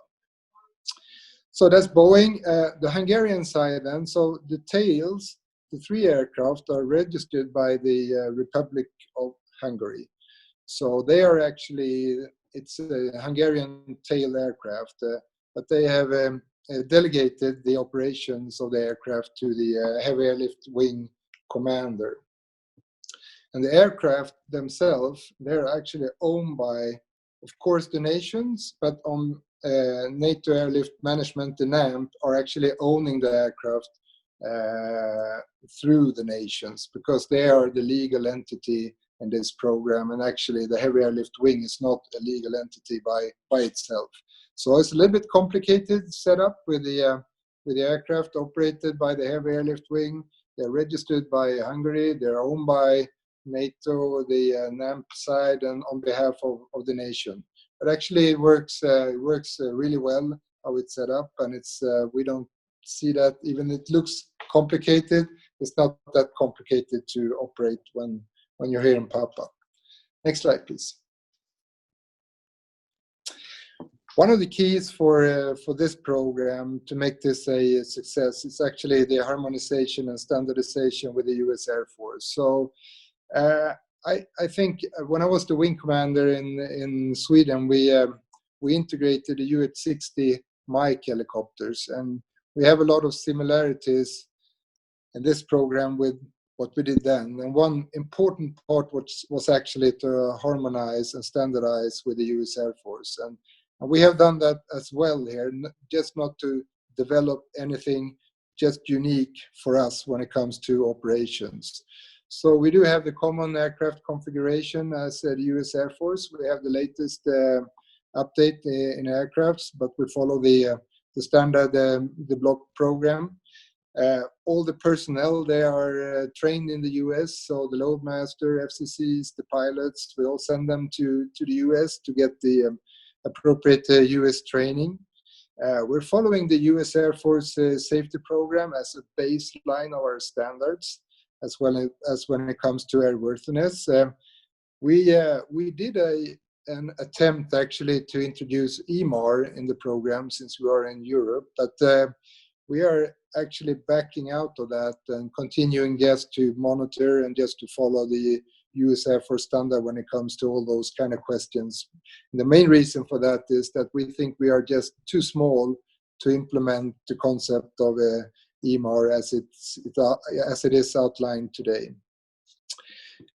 So this by doing all the US standard things in this program, it actually assures that we have a good interoperability with the US and the Hungarian airworthiness certification. Everything is based on that we're doing it the same way as the US. Next slide, please. So the capabilities that we have according to the CONOPS outlined by the steering board is basically and mostly we're doing airland missions. So that's like I could say the standard missions.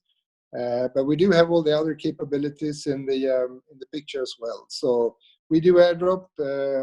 We've done operational airdrop in Africa. That was actually for Sweden when we couldn't land in Timbuktu. So that was the last time we did that, 2018.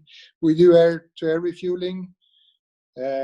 We do air evacuations as well. We did that in St. Martin for the Dutch people when they had to evacuate in St. Martin 2017. So basically, we actually using the platform as with all the capabilities that you can find in the C-17s. When it comes to mission and the nations actually asking for a mission, we have a prioritization list where, depending on which kind of mission it is, it has either priority 1 or up to 7. So of course, priority 1 is the one who gets the mission first. But if there is two nations actually are asking for the same priority missions at the same time, the nation with the biggest number of flight hours will actually be prioritized. So it's kind of easy to also prioritize the different missions depending on who's actually asking.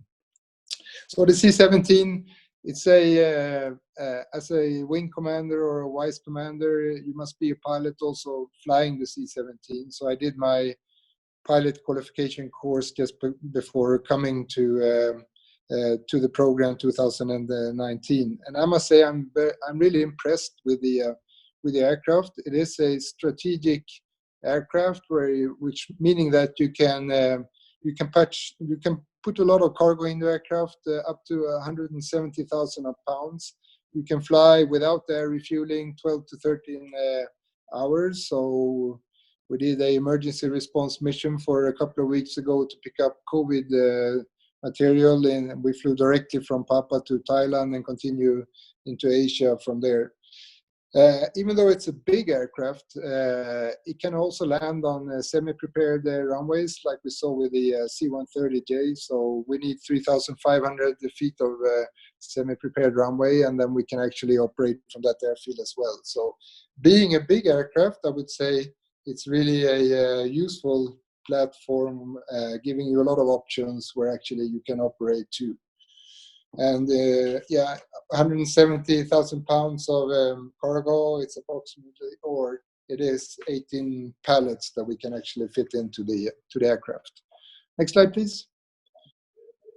So you can see the organization of the wing as it looks like. So basically, we have the command staff with the commander and the vice commander, and under us there are 3 squadrons. You have the command and control squadron, which includes all the planning people which is needed to actually prepare a mission.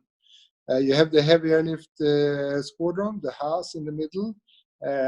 In that squadron, you have all the pieces of this puzzle to actually go out flying. So everything that needs with pilots, loadmasters, and we also carry what you can see on the right side, Hawks. So wherever we land and it's needed to actually provide our own security for the crew or the aircraft, we bring Hawks to protect ourselves.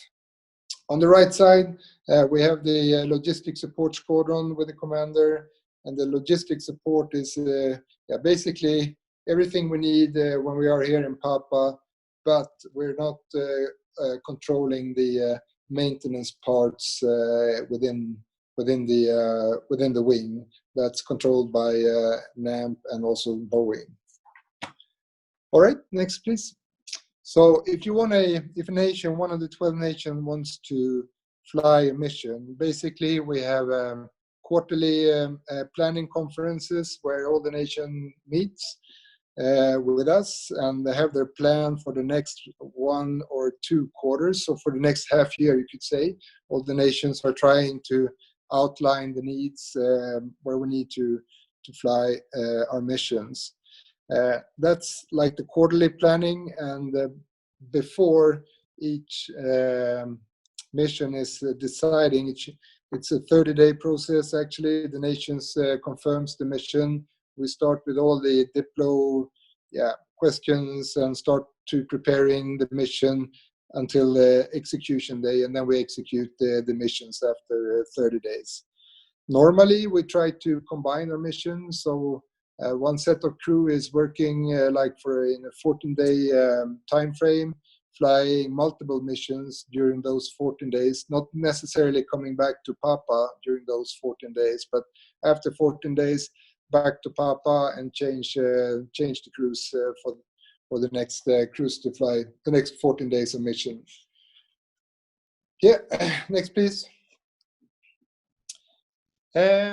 So the NAMP side of the support that we get, so it's divided into 4 sections, and so we do get wing support management, which gives us actually general administration, so admin people working in the hall is coming from the NATO side. Community liaison, living in Papa, you need help actually with how to, I wouldn't say survive, but how to actually manage normal daily life in Papa. Most of the information and stuff like that is in Hungarian, so we do need support actually to maybe buy a new car and register it or whatever. Travel, wherever we travel, we get support from the NATO side on that. Infrastructure, we're supported. And on the right side, we have the weapon system management section where actually they support us with the continued aircraft airworthiness. That's part of the weapon system manager's responsibility. So that side is mostly leaning towards the Boeing and the status of our aircraft and keeping track on that.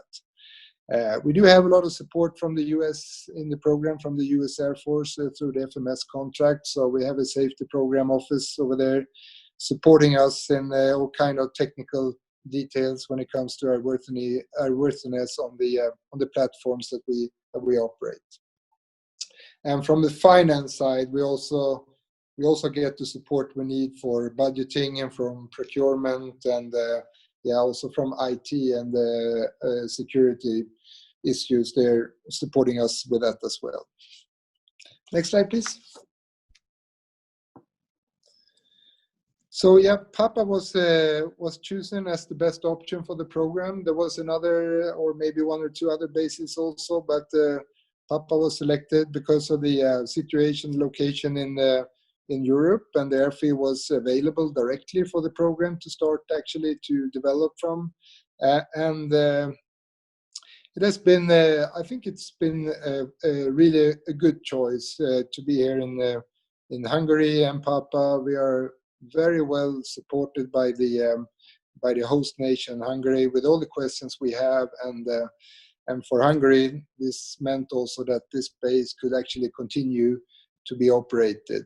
And we are the main operators on this base. It is a search and rescue helicopter on this base normally, but NATO has also done pretty significant investments to make this base also available for NATO assets if necessary. So there is a NCIP program investing in different things here in Papa to make it more accessible for NATO units as well. And the base is quite commonly used during bigger exercises as well. So then we frequently get C-130s or other aircraft operating from Papa.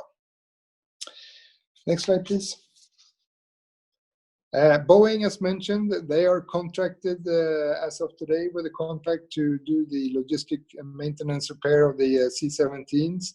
So they can do most of all of the maintenance, normal maintenance that we need, home station checks, and they can do intermediate level maintenance as well as a back shop to whatever we need to change or to repair on the aircraft.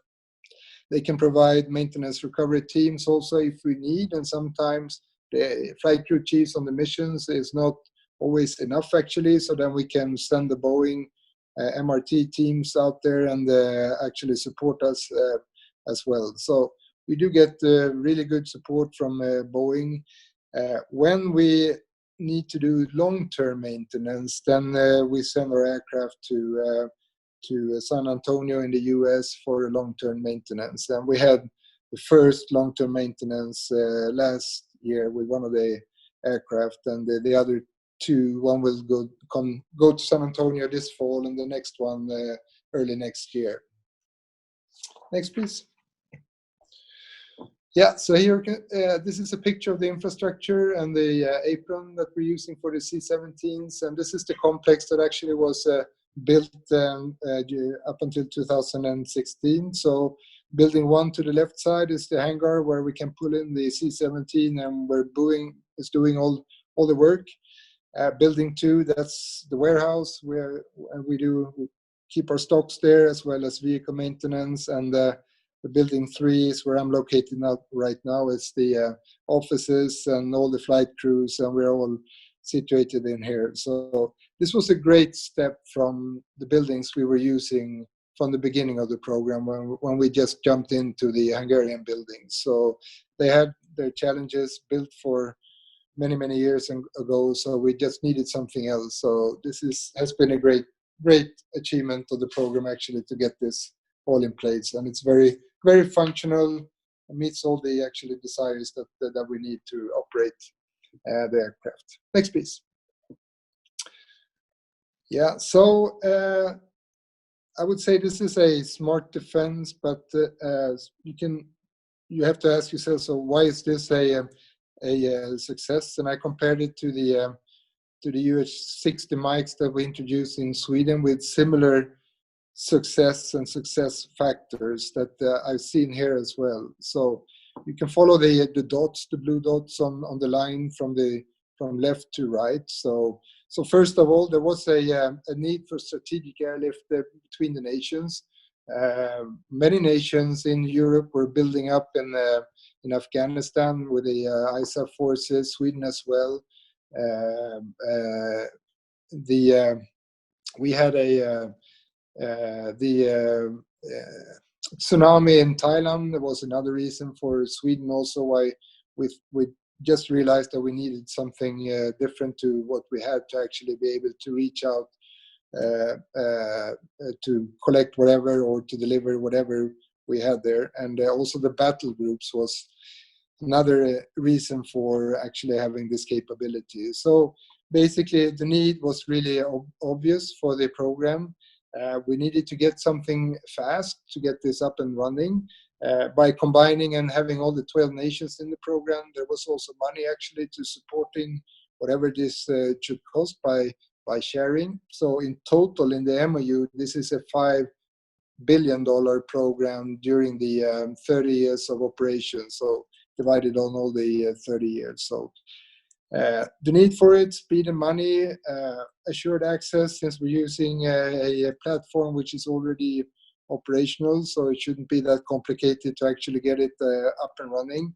A strong lead nation is an important part. So since the US is a strong nation in the program, very critical for the program, as well as Hungary as a host nation, also critical to have those two strong nations there within the program. I mentioned the US Air Force standardization, important just not to lose any time on building something yourself.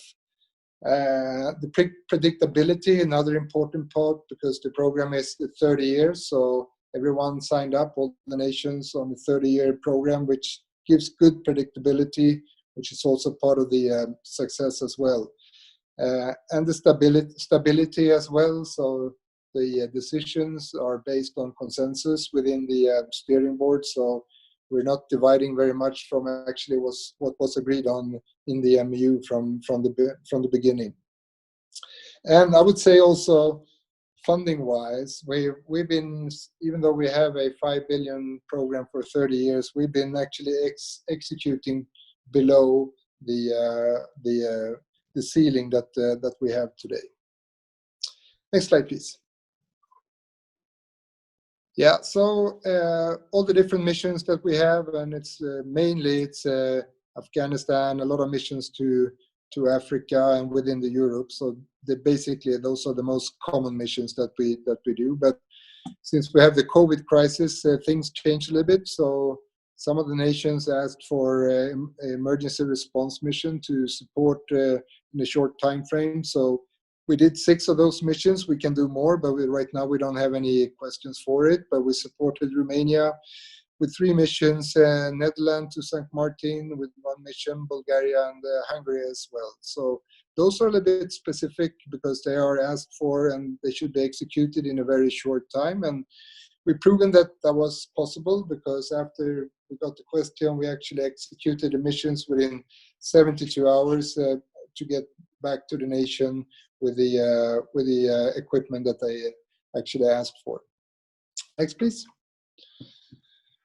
So the Swedish engagement in this, yeah, I mentioned the need for it, and Sweden building up different units in either Africa or in Afghanistan, which was driving factors why we joined this program.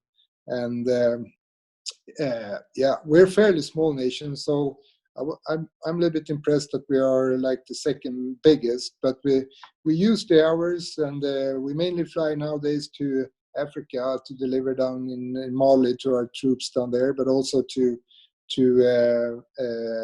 Afghanistan as well. And I think for Sweden, this was the capability was needed, but it was also important that it wasn't solely a NATO program. So the 12-nation program was actually a key factor to why Sweden jumped on this program as well, and supported by NATO, which is fine. And also our C-130 fleet is kind of old, and we had 8 aircraft, now we have 6 aircraft, and yeah, they're just getting older and older, so we needed something else to actually do our cargo transportation with. So yeah, we're truly happy with the program. It delivers, and I would say, yeah, it's been a success. None of the, except the US, I would say, could actually operate or have these aircraft by ourselves. But just by coming together, sharing and pooling the aircraft, we do have a strategic air capability, which is quite unique. Yeah, so last slide, just as a summary. So key points: 12 nations working together, 3 aircraft. We do all the missions that the US does as well. We're in Papa, middle of Europe, a good location. We can do diverse or independent mission, whatever the nation asks for. So it is the nation that must ask for the missions. We can do missions for, like, let's say, MCCE as well, or even another nation asking, but they have to go through the one of the 12 member nations, because it's only them who actually can ask for a mission. But MCCE or maybe other nations are asking through one of the member nations to actually transport for them as well through this program. So poster child for polling and sharing smart defense. I think this is a really good example of getting together, get a program up running fairly quickly. Politically important for many of the nations to have this capability. And for all of us working here, I think it's a great opportunity also to learn about different cultures within Europe and all the nations working in the program. Finally, I didn't mention that, but normally the nations are also manning the organization according to the percentage of the program. So for Sweden, we're manning with 17% of the slots. So we have about 27 slots or billets here in Papa. And normally the rotation is 4 years, and then you go back. So that concludes my briefing. And that's brilliant, sir. Thank you very much. We have a few questions that we'll try and answer as fast as we can, because I realize we're running behind time. Yep. The question from Ray Martin, I think you answered there. Ray had asked what strategic airlift capability remains in the partner countries. Obviously, the United States retains its own capabilities in that area. Are you aware of any of the other partner countries maintaining strategic airlift outside of the program? Yeah, no, not in this program. So all the other 11 nations doesn't have their own strategic airlift capability. No. Okay. In terms of, I think the C-17 production has ended. Is there any plans for additional aircraft, or would the fleet stay at the same size it is? That's from.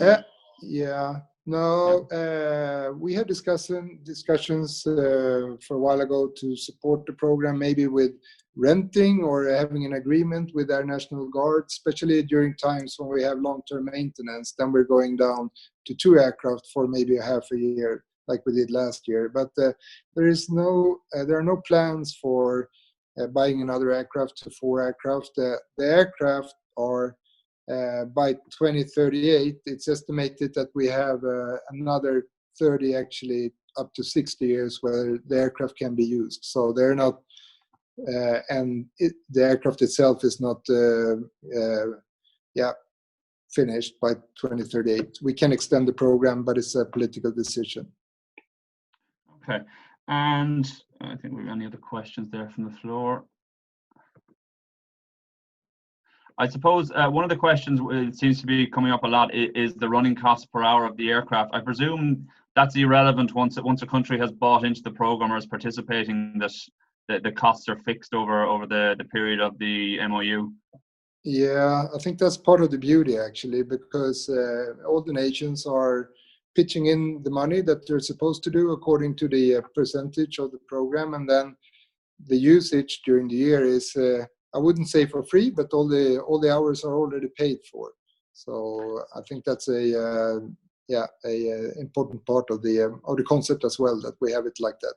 Okay, I think a very good question here from Martin Rahil from one of our political parties, the Social Democrats here in Ireland. He's asked, how long would you expect for either the original MOU took to negotiate, or if a new partner was to come on board, what sort of time frame would you estimate it would take to get involved? Yeah, I think it's kind of difficult to answer that question. But if another nation would like to join the program, that's a political decision. So it must go to actually ask to the nations whether we can open up the MOU for a 13th country. So it needs to be done like that. So that's going to be a political decision. When you saw the flight hours, there was actually a piece of that cake, 335 hours, which is not used. So they are kind of how the program was developed from the beginning, available actually to, if one of the countries wants to buy more hours, that could be from that piece of that cake. Also, if a new nation would like to join, could be that cake actually, the 335 flight hours that we have still. This program was designed for 3,500 hours. So if a nation wants to actually join, must be sorted out on the political level, and the MOU must be opened up, and we're actually opening up the MOU and discussions for extension within the next couple of years. And the big question there is whether to extend beyond 2038. So if someone wants to jump on, I think it's probably a good time to address those questions on the political level. Okay, that's good to know. I think we'll finish there, sir, just because we're running behind time. Thank you very much for your presentation and from joining us today from Hungary. We appreciate it. It was a very enlightening presentation. Thank you very much. Yeah, thank you very much for having us. Okay, so we're going to move on slightly, folks. Just as we're running behind time, our next presentation will run up to approximately 12:15, and I'm going to invite the Slovak ambassador to join our panel discussion, if that's all right, Your Excellency. Okay, and we can combine them, and we'll wrap the whole event up. But sorry, Your Excellency, would it be okay for you to join up? Perfect. Okay. Absolutely yes. Absolutely yes. Okay. Perfect. Well, And we'll wrap up for the folks at home. We'll have wrapped up by 1 o'clock. So with that in mind, I'm just going to introduce our next speaker. Our next speaker is originally from Greece, served a number of years as an aerospace technical officer in the Hellanic Air Force before moving into academic circles. He's lectured in both Australia and Ireland. Kyriakos, apologies if I have mispronounced your name, actually was a contributor to the Defence Forces Review this year. He's a senior lecturer now in the School of Engineering in the University of Limerick, and he is the director of the undergraduate and the postgraduate programs in airworthiness. He's also, of note, been involved in the establishment of a new 3D printing hub, which is quite interesting, I think in partnership with General Electric from the US, if I'm correct. He might correct me on that. He's a chartered engineer by trade, and I'll hand over to you now. Good afternoon. Thank you very much for the introduction. So, and I would like to thank the National Security Summit Ireland for offering this opportunity to discuss this interesting topic. So I will run the presentation. I'll try to share it from my screen over here. Just give me a second, please. So it's number 1, 2, screen 2. Okay. Here. So can you see this all right? Just to check. I can't. Can anyone else see it? Okay, I have it here for stock. Let me see, because I see that it's now shared. Do that again. Perfect. I think it's coming up now. Okay. So what I'm going to do is... Yeah, we have you there. We've, I think, are they mirages or? Okay, so you can see the first slide now. Yeah. Okay, excellent. Okay, so I'm trying to cover very briefly the some details about the indirect costs involved in the maintenance and sustainment of airlift aircraft. So looking at the technical support, as with every technical system, we see that there needs to be some sort of an organization.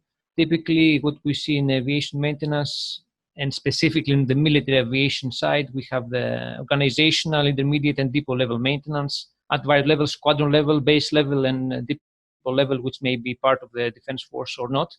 There are different functions, different activities happening within these different levels of maintenance.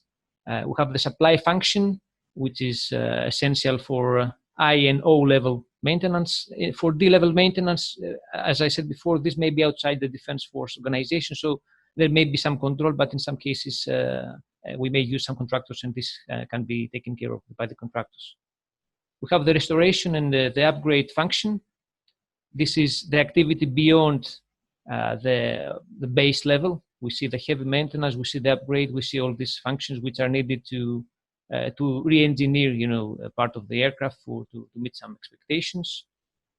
Engineering, we have the set of engineering activities in terms of resolving problems, designing, approving, and even assessing engineering changes coming from the manufacturer or from the design organizations or from the regulators. Of course, compliance with regulations or rules, either internal rules or external rules, is important. We have the oversight function in parallel at the various levels of command. This is slightly different or very different in some cases to what we see in the civil aviation, but still we have a set of requirements that we need to cover and we need to show compliance. All these activities are used to sustain the good condition, the airworthiness of the aircraft and the fleet in extension, if we're talking about a number of aircraft of the same model or similar model.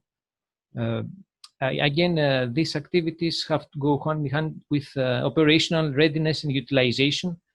Whatever we do in military aviation has, the stamp of a mission behind it. So we have to know that maintenance is a function which is going to support the mission, but there is an interaction. Whenever we ground an aircraft for any reason, either at O level, at squadron level, or at D level, this has an effect on the operational availability and the readiness of this aircraft. So there is a constant interaction. So in terms of cost, as with every product, again, here we see some similarities with other products, technical products from the civil aviation. We need to make sure that this product, the airlift in this case, remains in a good condition and in a condition that it can operate within the design spectrum, within the design, assumptions over a period of time. So we have a given, lifespan for this product. Of course, there is the element of cost, excuse me, which is evolving throughout the lifetime of the aircraft.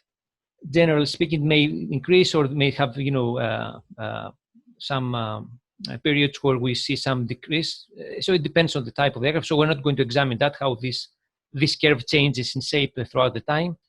But we have two starting points if we would like to simplify the way we make decisions at this level in order to maintain an aircraft, to restore an aircraft, or to dispose an aircraft. We have a starting point, initial investment we have to do, and a cutoff point. When the cost goes over a limit, then we have to make a decision what we do with the aircraft. So these are defined as the acceptable operating margins, very, very simply speaking. The initial investment in terms of direct owners, direct and indirect cost of ownership includes the technical training we have to provide to the staff who are going to operate this equipment. Again, I'm talking about the technical staff, not the flight operations. We have to develop the maintenance capability of the aircraft, what we need to do with that, what kind of maintenance levels we need to establish. This is not a trivial question. This has to do with policy and the level of investment we have to decide to put on a new platform. Infrastructure, very important. This involves a lot of thinking as well, because we have to make sure that we have the maintenance system in place, the logistics support, the hangars and all the different equipment. In most cases, we'll see that this requires some pre-existing capabilities. So for nations that have these capabilities for other fleets, this may be easier. For some others which need to develop this capability, may be more substantial in terms of investment. The next phase is the learning and maturing phase of an aircraft. Here you will see the investment coming in the sense of developing and keeping engineering expertise. We need to invest in directly in knowledge through training, retraining, or getting experience from the interaction we have from the manufacturer. That comes naturally through the lifespan of an aircraft. Again, as I said, retention is very important. Logistic support, we see that most of the defense forces nowadays have moved to the integrated logistic supports model, the ILS model, or program offices. So there is an integration between supply function and engineering function, and we see engineers becoming, logistics officers at the same time. And this is, for the benefit of the long-term sustainment of any system. Contract management. This is the work of engineers, and sometimes we tend to forget that everything is handled through contracts, from procurement to disposal. So there is a lot of time involved in this activity. There is an investment that has to happen, of course, to educate the people and to train the people that are managing directly the assets. And this takes time. So this is definitely an indirect cost we have to bear in mind. The maturity phase requires attention as well. It can be very challenging. Here we see that our system has learned, how to operate the aircraft successfully, but there are new problems coming with old aircraft, as we say, major maintenance tasks coming from the evolving maintenance programs, which often, dictated by the manufacturers to solve, new problems. That includes major structural repairs and inspections, fatigue and corrosion. These are the primary headaches for any maintenance organization and any defense force. In turn, we have to manage the risk coming out of an aging or a nearly aging platform.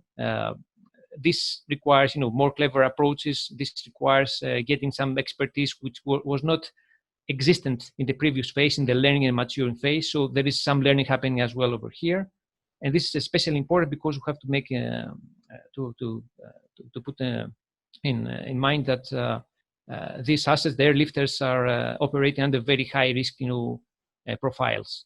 In some cases, not all, the regular training missions, of course. The matter of obsolescence is important, as with everything else, especially if we're talking about an aircraft which has been, commissioned 20 years ago. There may be some vendors, some, subcontractors, or some components that need to be replaced, and we cannot find them anymore. So there needs to be placed, a program that can account for this, complexity, the rising complexity around that. Upgrade.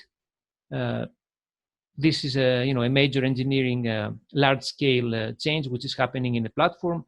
At some point of its age, if we need to keep it in place, if we need to retain or to extend the operational capabilities of some aircraft, we need to add some new features to the aircraft. In most cases, we're talking about avionics or some other, telecommunication systems, or a newer, type of cockpit that can improve, the operational characteristics and and remove some of the restrictions we may have in that sense. So there is a lot of work happening in that space as well.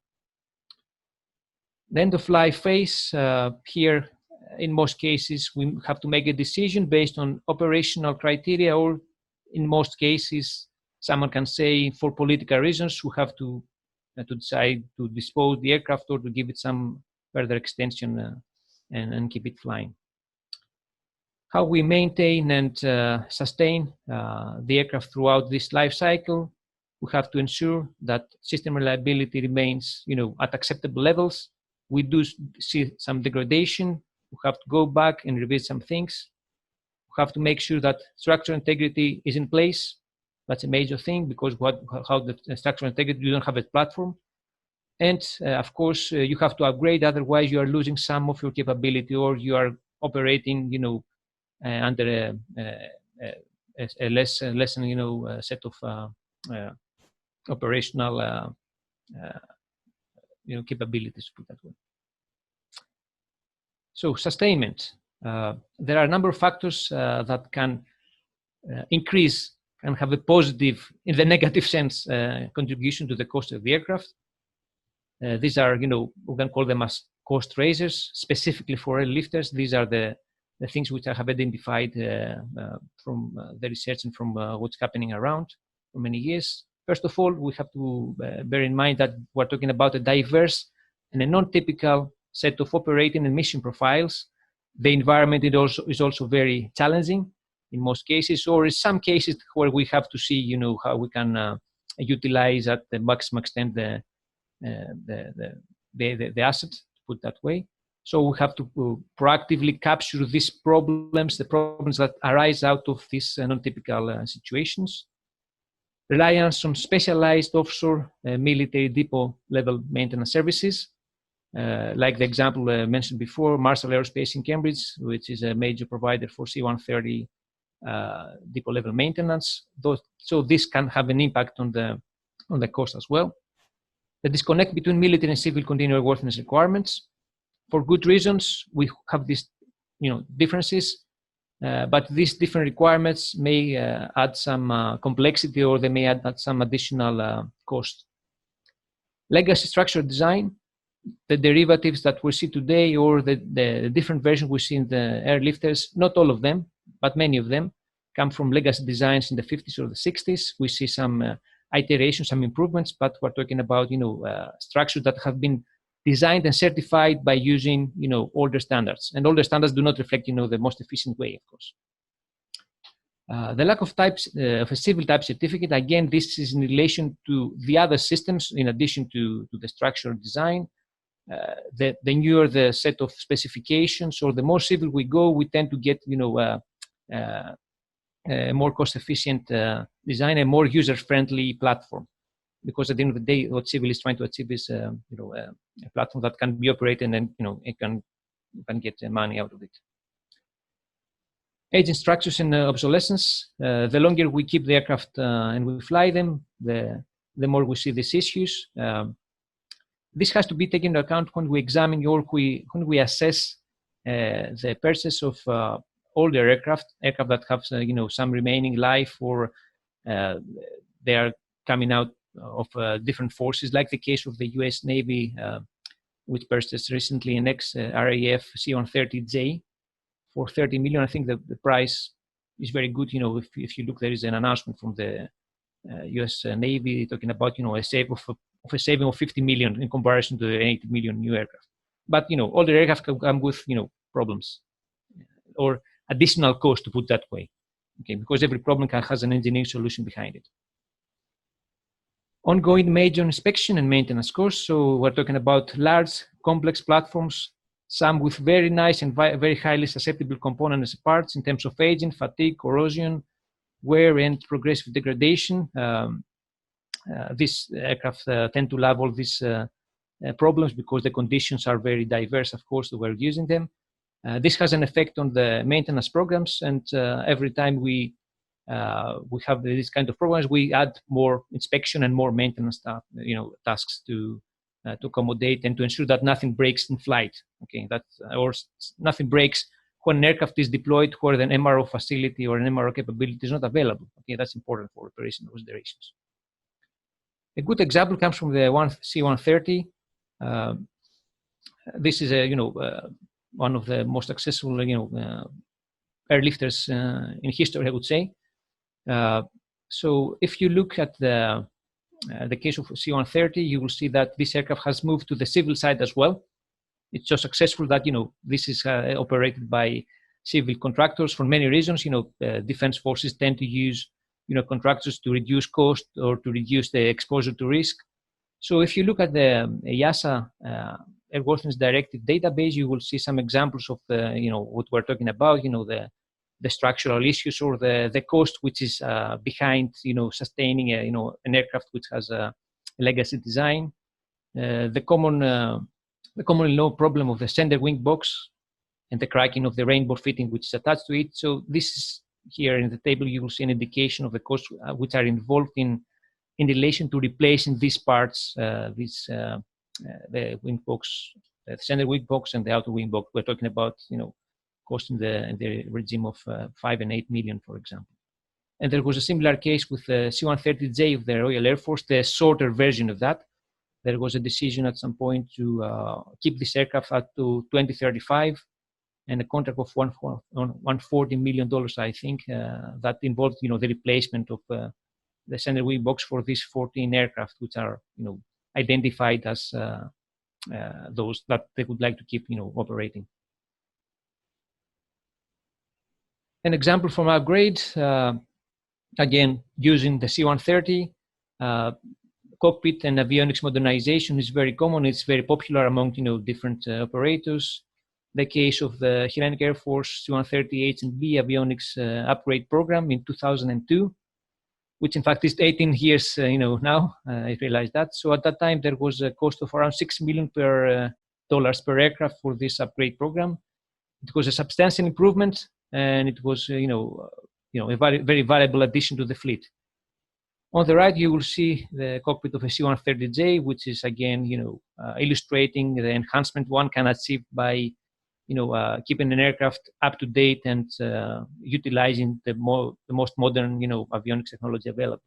That's essential for operation reasons. But this is a cost raiser, of course. So, what about a newer lifter? We have to consider, some aspects, technical aspects on the technical side. So, looking again at the pillars, of sustainment, supply restoration and upgrade, engineering and regulator compliance, we have to examine the long-term maintenance sustainment costs. We're talking about, platforms which are going to be operated for 20, 25, or even 30 years and more.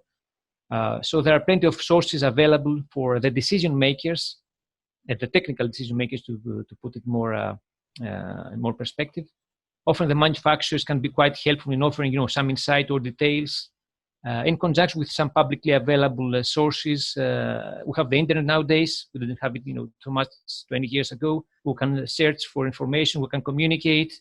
We can have access to various cost analysis and prediction models, like the RAND report, which was published a few years ago and covering, very comprehensively, the costs around, the US C-130 fleet. Mix and match. Small and diverse fleets, such as the Irish Defence Force, the Irish Air Corps Force fleet, are more challenging and more cost efficient to run. Any new aircraft type, including airlifters, have to be checked against the existing infrastructure, the existing fleet mix, technical capability, and the overall, where this new airlifter would fit.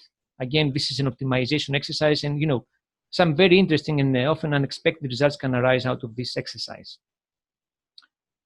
The development and maintenance of in-house capability, technical support capability, and when we talk about technical, we talk about engineering and logistics.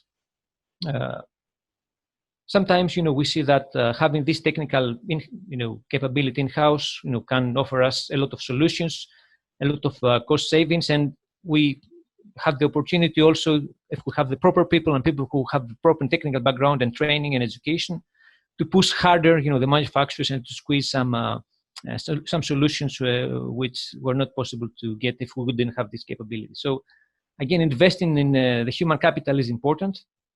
We have seen, and I have seen from my experience, a lot of cases that we can get a lot of, cost savings out of working smarter, but not necessarily harder. Learn from the others, experience from other military users, either from their mistakes or from their success stories, sharing and exchange of technical information, data, findings, and practices. It may be easier for airlifters, perhaps. Again, we have, EASA or FAA, we have all these independent authorities, many examples of collaboration out there. And this collaboration can also be beneficial for the manufacturers, because the users can communicate more freely. And when you are researching for a new airlifter, it's good that you can have this communication. And you have to retain, of course, this communication throughout the lifespan of the aircraft. In terms of airworthiness and dual military civil certification, the EMARS, the European Military Worthiness Requirements, provides a very good platform to build upon, an airworthiness system which can be safe and efficient at the same time. The idea behind it is to get the best out of both worlds, the civil and the military. So investing in this military worthiness system can assist in getting, savings. We're not going to cover too much about this now, perhaps a different webinar for the military worthiness system. And civil derivative or certified aircraft can be maintained by civil maintenance organizations and civil continuous airworthiness management organizations, 145s and part-time organizations, as we call them, in Ireland. So Ireland has a very strong MRO industry, which is very vibrant. So there are a lot of opportunities over here, both for the defense force and for the industry. If, for example, a major MRO would like to diversify or to seek for business opportunities, so having an aircraft which has dual certification or is a civil derivative can offer these opportunities. The same applies, of course, for supply. Spare parts and consumables can be sourced from different vendors, not only from military sources or from the FMS, for example. So this also can lead to substantial cost savings. So that summarizes the points about the technical considerations, and thank you very much. Brilliant. Thanks very much for that. It's an interesting, sort of different part of the conversation that needs to be had. I'm just going to limit it to one question that we got in by email earlier on. And I hope you can offer an opinion on this. I think it's probably very relevant to any of the politicians that have joined us from the different political parties, and also to a wider public discussion on capability development. In your opinion, if it might not necessarily be in a purchase this year or next year of aircraft, but in the longer term, if the Air Corps were to develop an airlift capability, is there a way of channeling some of that money back into the Irish economy, back into Irish jobs through maintenance and sustainment? Or do you think that's not possible, given it will be a small fleet or maybe a small aircraft type? This depends on the fleet. As you said, whether, Ireland goes for a single aircraft, 2 aircraft, or 4 aircraft, there are always opportunities. How much of this money can be funneled back to the Irish economy depends on the fleet size. If we're talking about one aircraft, you would hardly find someone from, the civil maintenance industry to invest in getting this capability. But if there is a long-term commitment or a larger fleet, or there is enough money to invest in that, I would say that there are opportunities. Of course, there is another thing. I know that the Irish Air Corps, has, pushing demands in terms of the human capital. So moving towards a more civil approach would open up opportunities for, civil contractors or military staff, working for civil contractors. So that's another, that's a broader discussion, I would say, but it's a good point.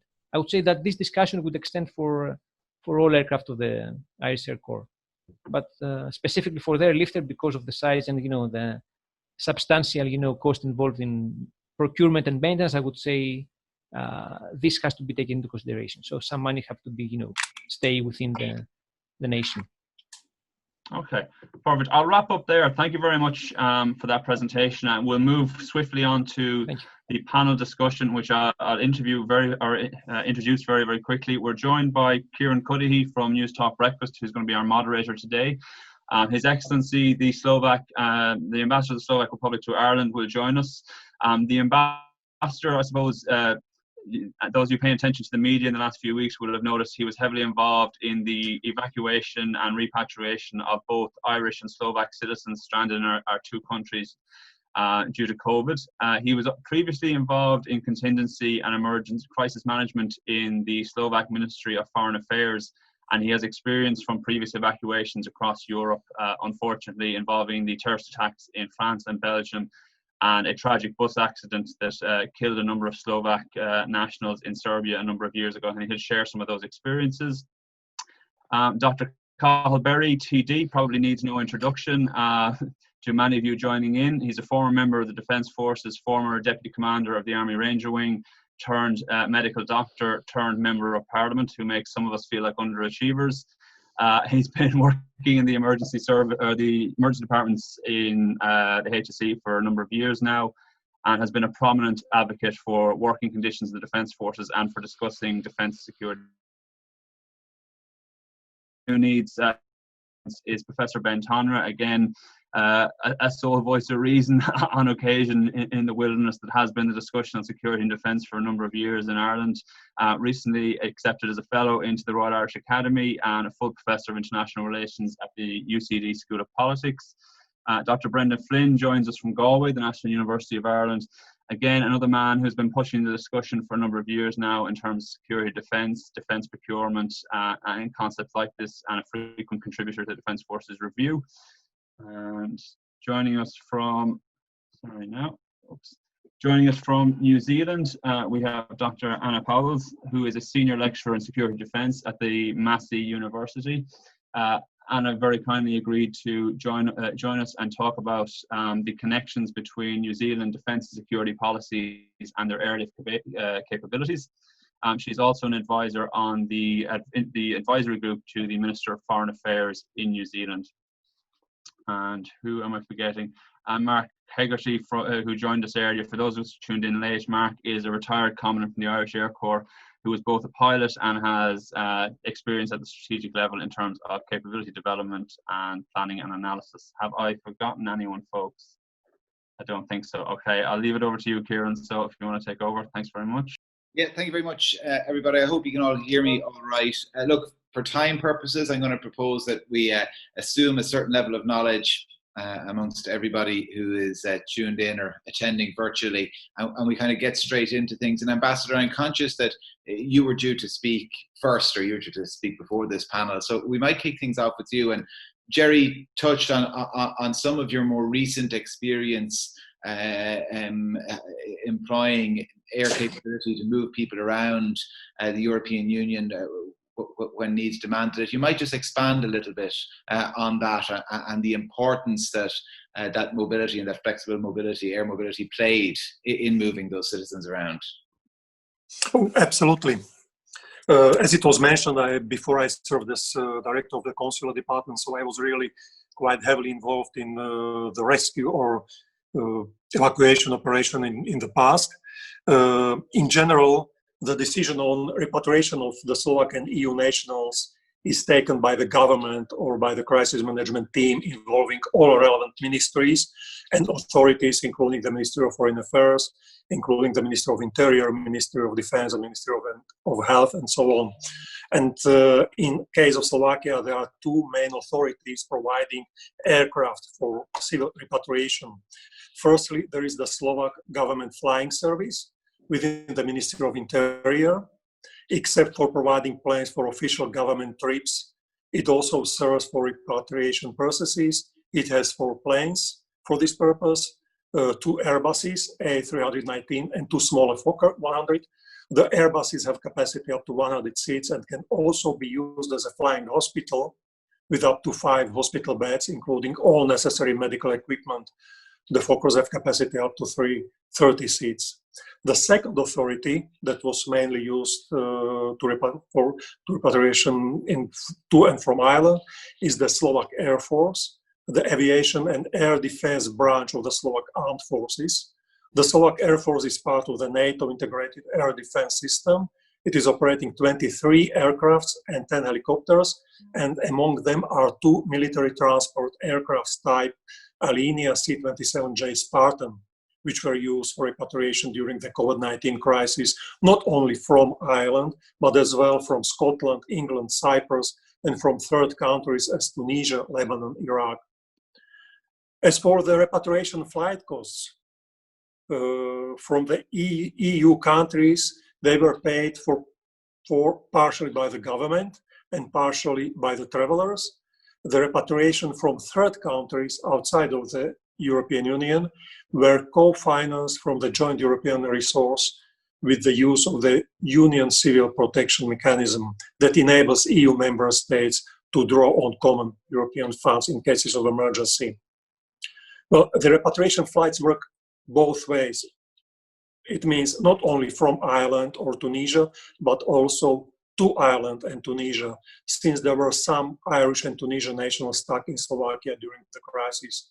Altogether, during the COVID-19 pandemic, our foreign service has repatriated up to 4,500 people, mostly Slovak nationals and several dozen citizens of other EU countries, and up to 1,000 Slovaks and EU citizens were repatriated from third countries.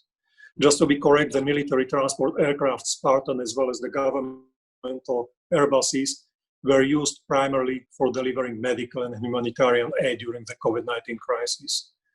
Not only to Slovakia, but also to other countries, for example, to Italy and third countries. Well, as it was mentioned, we have experience using government and military aircrafts for repatriation flights in the past. I would like to bring to your attention 3 examples.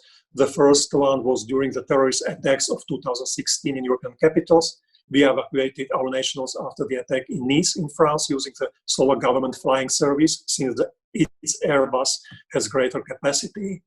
Also, there was a terrible bus accident with severe casualties in Serbian town Niš, with Slovak and Czech tourists on board in 2017. During this, we repatriated several dozens injured persons, and the Airbus was used as a flying hospital. On the second flight to Niš, we repatriated 5 bodies, corpses of the deceased tourists. Another example is the repatriation of 2 unaccompanied minors that were victims of parental abduction in Egyptian father. The kids were retrieved by the Egyptian authorities after 7 years from kidnapping. Then they were repatriated to Slovakia by the aircraft of the Slovak government flying service. So as you can see, we are quite active using the government and military aircrafts for civil repatriation operations.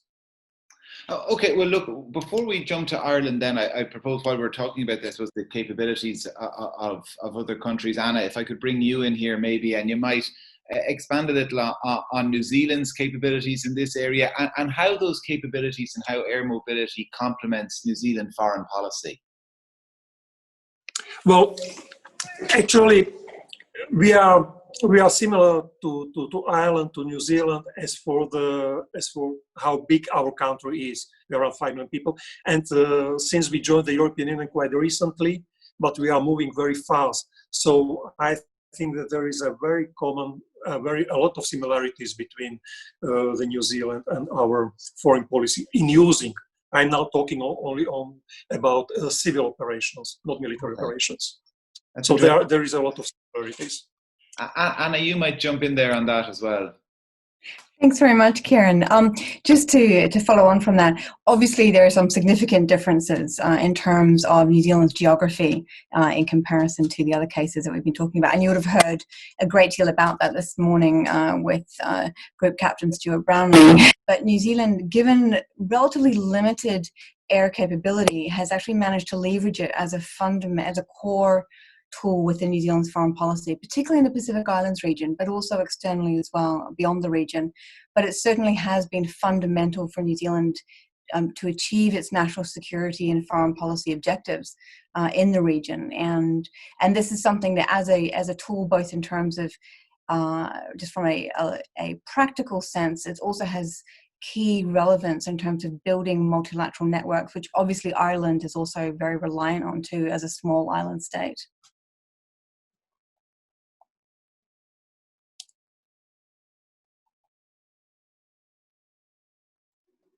Kieran, you're on mute there. Sorry, Kieran, Carl, can I ask you why this is an issue now, or why is this becoming an issue? Why are you raising it as an issue in Ireland? Thanks, Kieran. Well, basically, I think most people are aware that this deficiency has existed for decades, but really it's the pandemic, the COVID crisis that's really brought it to a head. So we've had Irish peacekeepers and we've had Irish citizens stranded all over the world, really, and we haven't had the technical means to get to them. And we're 2 months into the crisis now, and we still have people stranded overseas. So to me, it's just not good enough. So to answer your question, it's the COVID crisis has really been a catalyst to focus on our deficiencies in this regard. When you talk about focusing on those deficiencies and turning them around, like what's your vision when you bring this up? Like, what do you imagine our capabilities could be or should be? Well, I would say, first of all, nearly every sovereign nation in the world has this capability, particularly if they're living on an island like we are. So we are really unusual. Of the EU 27 nations, even tiny Luxembourg with a minuscule defence force has this capability where we don't, you know. And particularly in Ireland, where we really are the global centre for leasing of aircraft. We've got the largest airline in Europe based here. It seems very unusual that the military don't have this capability, particularly when we're so involved from a humanitarian perspective, from a foreign affairs perspective, and from an international citizens perspective as well. So I think it's something that can be fixed. I think it's something that should be fixed, and we should be focusing on that in the next government. I have a good friend who's in Kabul for CRS, and his contract is ending in about a month, and he's wondering how he's going to get home. He'd like it solved that quickly. I don't think it will be. Brendan, I might bring you here because Cathal touched on some capabilities and the importance of having different capabilities here. How important is it in terms of overseas missions and peacekeeping missions that we can offer air along with land and sea support? Well, I'm glad you put them together, because I think that's a point, and it came up in some of the questions that I saw there. You really need to start with what sort of mobility does Ireland Inc., I hate using that word, but that's the way to look at it. What sort of mobilities do we need? And then you work back from that. And obviously air mobility is absolutely essential. And the broad takeaway is what a lot of small militaries in a peacekeeping context, small state context, have learned is you move your people by air, particularly special forces or trainers, or on routine roulements where you're moving a company or a battalion on peacekeeping duty. But in some cases that's changing. But you move your people by air. But I think it would be a step of a lack of realism if you think you're going to be moving large numbers of heavy armored vehicles by air, because then you have to get much bigger aircraft and many more of them. To be blunt, the only way you're going to move piranhas, I mean, Ireland offers an infantry company with piranhas, about 14 piranhas. They're big armored brutes. We spent a lot of money. They're very important for the protection and for the efficiency of a mission. Now, if the decision is made to send those, the best way to send them is by sea.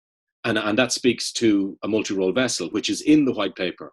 And this leads me to something I'm a little bit worried about in the Taoiseach's comments about the idea of building airlift, is I would be afraid that if we invest heavily in airlift, that might be taken away from somewhere else. Now, that's not something I think Air Corps people or people who are interested in airlift want. But I think knowing the way that our wonderful system works in defence in Ireland, you could end up with, on the one hand, you get this, and on the other hand, you get that. Can I just make a comparison? Ghana and Uruguay are two small countries that we don't usually compare ourselves with, but they're peacekeeping powerhouses. They make huge contributions to missions that we've been involved in. Irish peacekeepers will have met officers from those countries. Ghana have a better air force than our air force through no fault of the Irish Air Corps. Uruguay have a more effective air corps or air force than the Irish Air Corps. They have Hercules transport planes, very old, they replace them. They have Chinese propeller transport planes. They have more helicopters. Ghana have more helicopters than the Irish Air Corps. So when you compare us, not with the Finns or with the Swedes or with the Austrians, but when you start to compare us with other peacekeeping powers, you realize how underwhelming the investment has been. And I don't think just picking up a 737 secondhand, if that was the Taoiseach's idea, is going to fix that. Can I ask, because you touched on a couple of things there. You touched on funding issues, you touched on the will, and I suppose joined up thinking of where money might come from. I'll come back to them just very briefly. And I'm conscious, you mentioned Ireland's reputation as a peacekeeping force and very well regarded overseas in that sense. And I say this with all due respect to the people tuning in who are probably quite defensive, I suppose, or maybe protective of that. But to a degree, because we don't offer that air capability, are we relegated to maybe the kind of the tier 2 of nations when it comes to peacekeeping capabilities? You know, will they look at a Ghana or a Uruguay before they look at Ireland? How about Romania? Romania just waltzed into the Mali mission with 7 helicopters. And Canada pulled out, partly because of reasons of cost and partly of overextension. Helicopters, fiendishly complex, expensive ways to waste money, absolutely critical to the safety and to the security of that mission. And I don't just mean the safety of the personnel, but saving the lives of the people in Mali on the ground, which is the core of what you're at down there. I think we have to flick a switch and we have to think about sending our Air Corps overseas much more than, I don't think the public realise how much the Air Corps have tried and have actually been reasonably effective with the assets they have to be involved in the repatriation mission. But you need to step beyond that. Now, there is a new aircraft we have in the fleet, the PC-12, very small. It might look not like a whole lot to civilians, but in fact, that aircraft has been used by some countries and by some forces to deliver fairly austere, expeditionary situational awareness and a bit of mobility. And that's the type of thinking you might want to be looking at. Now, if you had a bigger twin-engined aircraft, or even, dare I say, bought into a helicopter pool or sharing arrangement with somebody for helicopters, you could have that influence. Romania, because they've turned up with 7 helicopters, have saved that entire mission and have absolutely gained for themselves huge reputational and huge political influence, which they will be very astute in turning into favours, which they'll call in. So we're in a context now where we're trying to get a seat on the United Nations Security Council. How much more easier would it be if we had more than the, no disrespect, very minimal presence I think we have. The presence we have is high quality. It's always esteemed for that, but it's really at a minimal level in the case of Mali. And in the Middle East, we have a higher presence, which is highly esteemed. All right, great. Look, it's all fairly aspirational stuff. We'll talk about brass tacks. Ben Tonra, where do we stand in terms of the European Defence Fund and in budgetary negotiations, wider European budgetary negotiations on defence spending, particularly post-COVID? Well, Kieran, that's the end of the conversation. And my difficulty in the conversation we've had today is, as important as it is, we're doing it ass backwards. Anna's point was absolutely crucial earlier on. This has got to be integrated into a defence policy and a foreign policy that has a strategy behind it. And in the absence of a national security strategy, in the absence of serious thought as to the structure, nature, purpose and function of our defence forces, trying to fill in an immediate hole, let's lash off and buy ourselves a C-130 or a C-17 or an A400M just is absolute and utter policy-making nonsense. We have to decide what we want air mobility to do, what is there to deliver. We've heard today an enormous menu of opportunities in terms of air mobility, everything from evacuating personnel in dangerous circumstances to inserting humanitarian aid to firefighting. We have to decide what of those things we want to do. They have to be prioritized, and it has to be in the context of a much larger policy. To come to your point then at the end, where we fund this and how we do this. I am very, very suspicious of the notion that we go off and buy ourselves an asset and buy ourselves a capability. Because first and foremost, when I'm dealing with my kids, the argument that everybody else has one, therefore I should have one, is not a powerful argument. To my mind, a much more powerful argument and a much more radical and much more coherent way to do this is in the form of pooling and sharing. And we heard one example today. There are multiple different examples across the European Union, and maybe we have to design something in partnership with others, whether it's our nearest neighbor or through the European Union. But we've got to start with thinking about why we need air mobility, what it's there to serve, and then talk about a conversation about how to fill that gap. Have we ever had, Ben, a defence strategy that wasn't just kind of, it didn't serve kind of as an appendix to everything else? No, we haven't. And we've never had a defence strategy that's properly integrated with a foreign policy, as Anna said earlier on. That's the key point.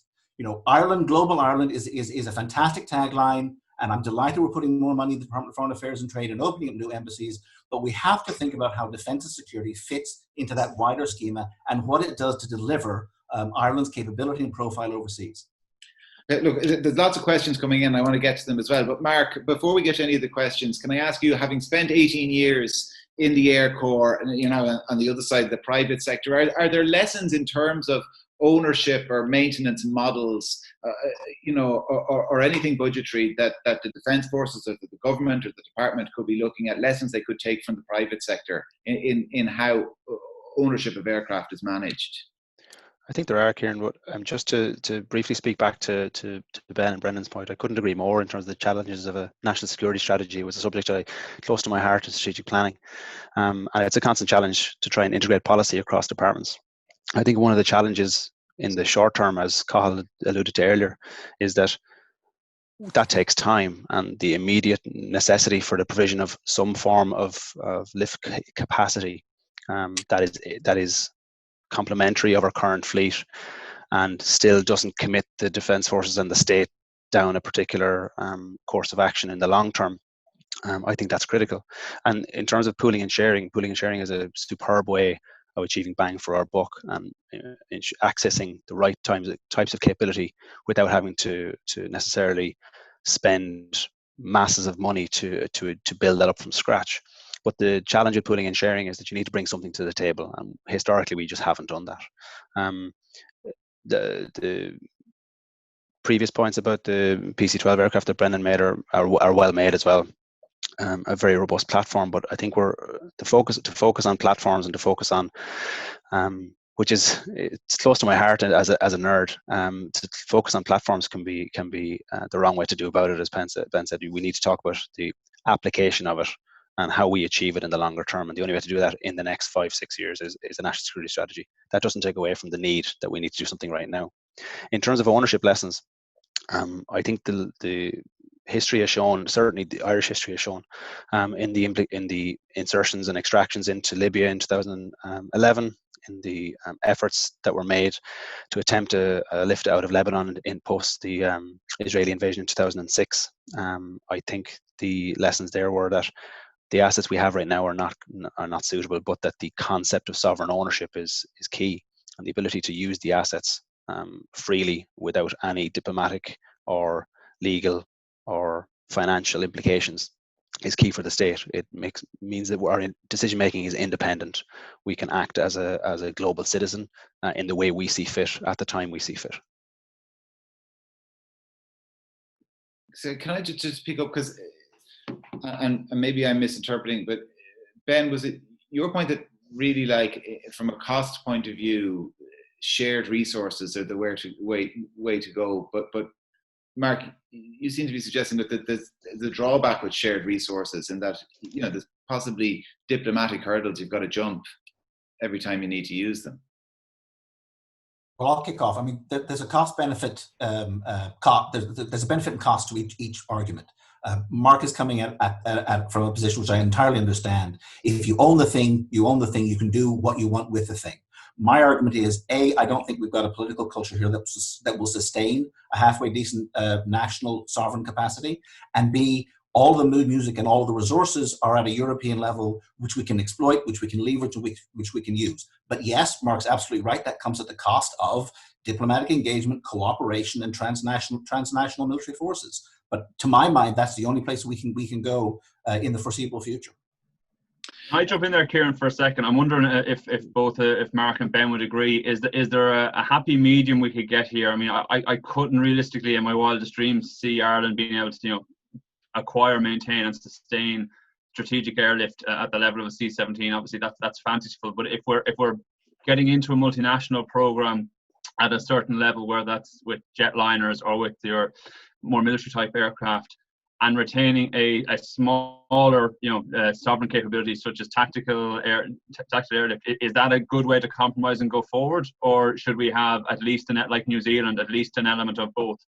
Jerry, you should be in foreign affairs. That's a very diplomatic response. But yes, it's having multiple strings to your bow, and I can easily see us having a very modest capacity to get, you know, up to 10 or 12 troops out or into a particular situation, but then relying on some kind of a multinational framework where we're doing the bigger operations, the emergency lifts, the strategic airlift, where we have to cooperate with partners. But yes, different strings to the bow, but definitely that kind of compromise is possible. I agree, Jerry. I think there's a point there on that Ben made, and it's absolutely right. Is that we're never going to be able to provide everything organically, but when you come to the table with an asset that assists another nation, it gives you clout, it gives you diplomatic leverage, and it provides a foundation that you can build on and expand the access to capabilities. So I completely agree with Ben in that. Yeah, I don't know. Could I just come in very briefly on something there? Yeah. There is a European Air Transport Command. It is not an EU entity. It's analogous to the SAC HAW, which was sketched out by the Swedish friend earlier on. That involves the major countries in Europe, Germany, France, and Spain. Other countries are trying to join. You have to have a minimum national asset of, say, 2 or 3 aircraft. They would be medium-sized transport aircraft. You can negotiate, and countries have negotiated caveats where they can pull those aircraft back for national emergencies and national contingencies. And in the case of the Libya operation, when the EATC was an operator, that was a NATO operation, you may remember, Germany refused to participate in that. So Germany basically had a problem that they didn't want to participate in transport missions that were facilitating that mission. So the way the EATC operated is they said, well, Germany, you can go and do other transport taxi runs that we do. So the EATC is the biggest show in town. About 70% of the flight hours for airlift in Europe are now being managed by the EATC. And there's enough protections for a sovereign nation to be able to extract your nationally owned asset, which you would pool on a monthly basis or on a yearly basis. Carl, I know you wanted to jump in there. I saw your hand coming up, but let me bring in the ambassador, because I understand, Ambassador, you might be under a bit of time pressure. But we touched on, just from an Irish point of view, and Ben got into this about, I suppose, long-term planning and the lack of strategic planning in this area. That I suppose the Defence Forces, to a degree, have often been an appendix on everything else, at the end of everything else. how much strategic planning is there around defence and defence spending and defence capabilities in Slovakia, and historically has there been, say, since 1990 onwards? Well, 1990 onwards, it was good said, because before we were part of the other side of the Iron Curtain. Nevertheless, we from 1990 we tried to join not only the European Union but NATO, and we are trying to since we are a small country, landlocked country, we are trying very heavily just to expand our capacity, but within the Northern Islands, because we do not have enough money, as it was mentioned several times and by a few speakers before me. It's quite expensive to maintain a huge flotilla of aircrafts. So we do what we have actually right now. I'm not sure that we are now planning to expand our strategic military transport operation. What we are doing now, we have to update our military fighting aircraft. So now there is discussion in Slovakia about purchasing of F-16 and so on. So if you... Okay, well, look, before we again swivel back to Ireland, Anna, can I ask, because in terms of the New Zealand Defence White Paper, can I ask you just about some of the discussions that are happening there, and about whether they're being shaped by strategic competition in that part of the world? And it's, you're on mute there, I think, still. There we are. Apologies.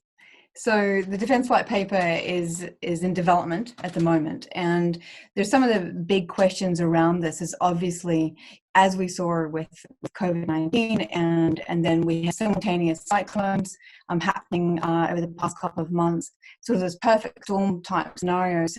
So there's a great deal of thinking right now around what New Zealand's capabilities need to be, given the geography, and geography matters very much in this, as does, as Ben and others have said as well, it also has to be married up to strategy. New Zealand doesn't have a national security strategy. We have a national security system, but it's fundamental, obviously, for a small state like New Zealand to be able to marry up and actually defend why we are necessarily spending the amount that, and the increases in defence funding that we've seen over the last few years.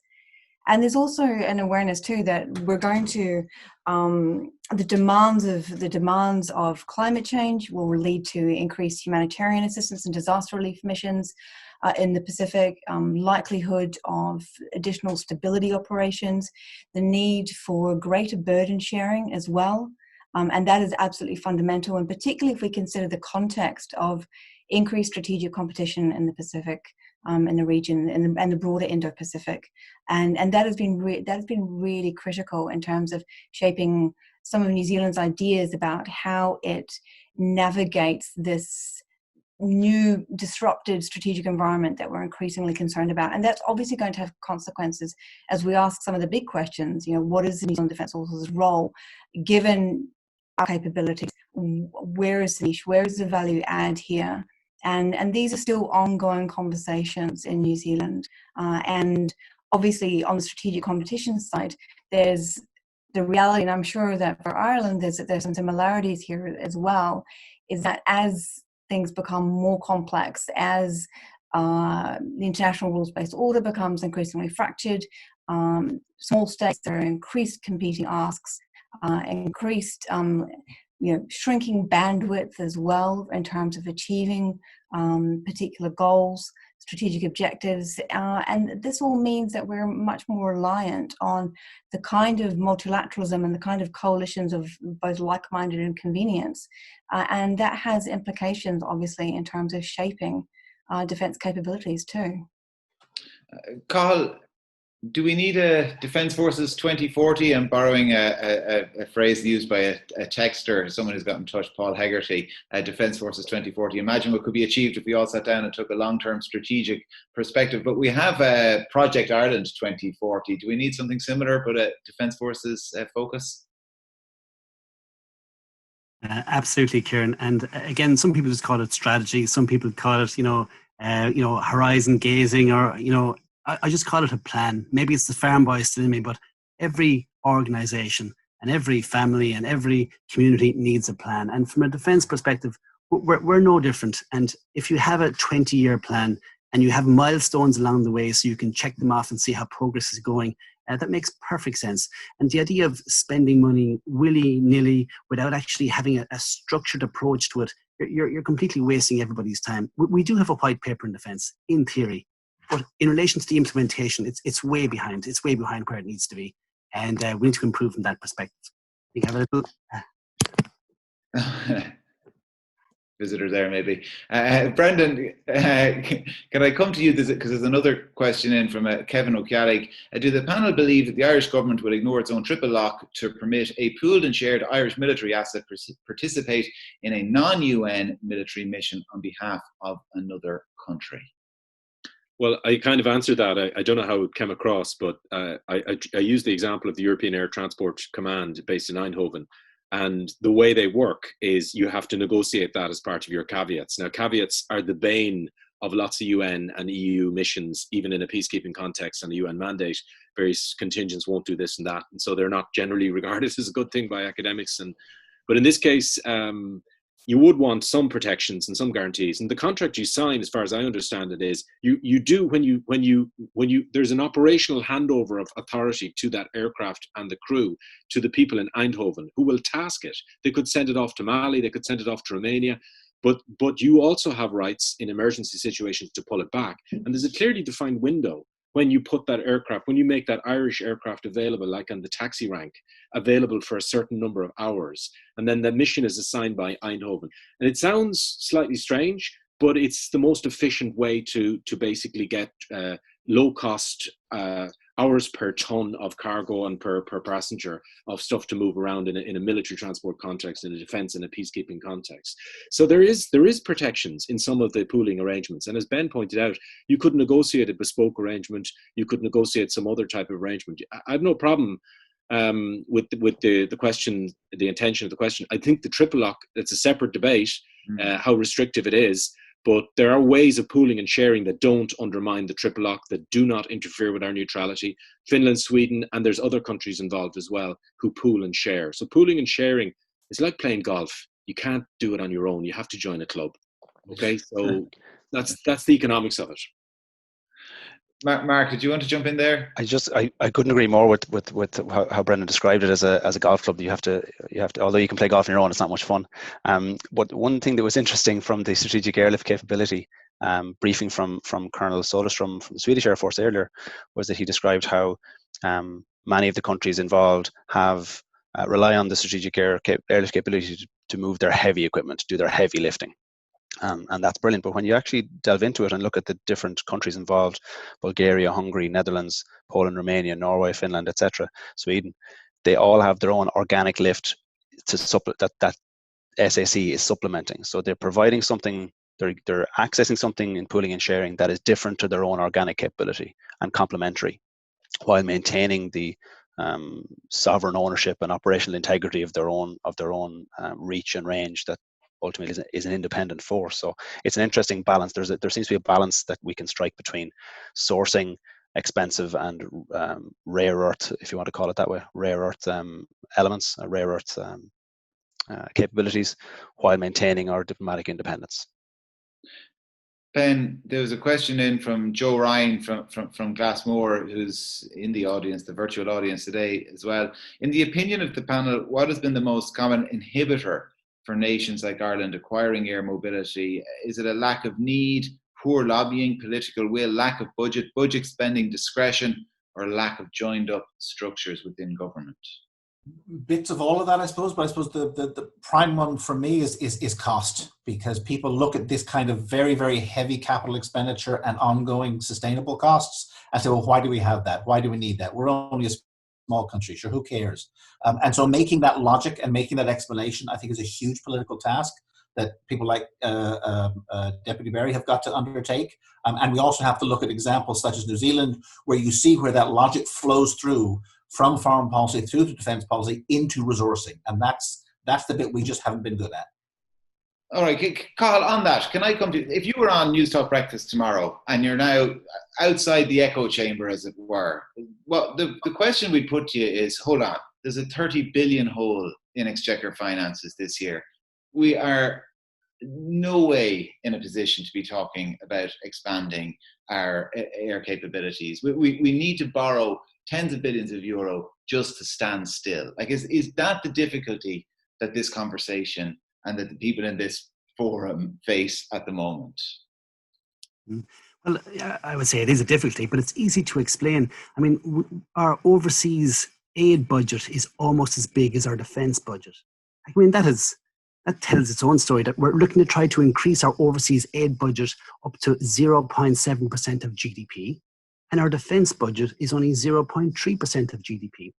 The other key message we have to get across is sending our peacekeeping troops overseas. While there is a humanitarian requirement for that, and we have to do our piece for international peace and security, there's also very much a national necessity to send our troops overseas. We need to maintain stability in our neighbourhood, and we need basically to secure our markets.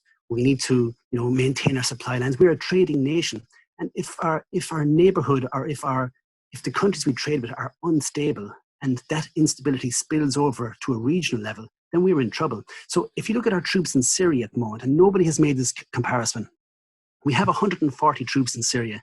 One of the main reasons why Brexit happened was there was 2 million people from Syria basically videoed walking up the Balkans into the European Union. And that was beamed into every UK living room. And everybody in the UK were going, whoa, what's going on here? So about 10 million people have left Syria, and the refugees that are in Lebanon or in Europe at the moment. And refugee crises, they do come back and they do affect Ireland. So if you look at the first shot of World War I was fired in Sarajevo. And our troops overseas, they're preventing conflict to come to Irish shores, basically. So it's really, really important from an international perspective, but it's also really important from a national perspective. I get that, and that's the pitch for why it's important. We've all heard it. It doesn't answer the question, where's the money going to come from? Yeah, what's the alternative? The money is there, and even if you just maintain the budget as it is, so all the government departments, if there is going to be a reduction in spending, it's going to be done on a pro rata basis. I mean, I don't see why defence should be specifically targeted for cuts. It's always the first port of call. But why is that the case? The reason FDI is here in Ireland, the foreign direct investment, is because we have a benign security environment, and that hasn't happened by accident. Our bomb disposal people are diffusing 2 live viable devices every single week. This is unheard of in any other European country. And they go about this business in a very, very quiet, understated manner. Imagine and I'll finish on this point, imagine if a bomb went off tonight in Silicon Docks in Dublin. What effect would that have on the international reputation of Ireland? Brendan, I suppose on a similar issue, is there a cost-effective pitch you can make for an increase in defence spending? Well, I think it's very difficult right now because there's a lot of unknowns with the fiscal situation. So, how bad is bad? It's clearly very bad, but I mean, some of the accounts, and I think the financial boffins deep inside Kildare Street and the various other parties are still trying to figure that out. So we don't know how bad the austerity will be, but I think it's safe to say, there'll be cutbacks, as Carl Berry said, across the way. I think the basic thing is the major achievement, 2 major things. You stick with the 2015 plan, execute and finish and fund all the things you promised to do there. And that's why I preface my comments by saying I was a little bit alarmed that if you go off to go bargain shopping to get an aircraft, which I think was sort of what the Taoiseach was intimating, I don't want to personalise it, but the danger there is that you unravel what you promised in the 2015 because you could run out of money. And in terms of shopping for the bargain, you end up that you have no money for milk and bread in the fridge, right? So you don't want to be in that situation. So I think the major thing is to execute and carry out the 2015 plan and to fund that. And there's enough still left to be done. Some of the people on this panel will know that there was a 2019 update white paper published on the 2015 paper. It's a document which basically updates the progress. And the progress is mixed. It's very mixed. There's a lot of stuff there that still needs to be carried out. So I'm very sympathetic to the idea of building in an airlift capability, but it's going to have to be small. And that was why I made the point about the assets we have.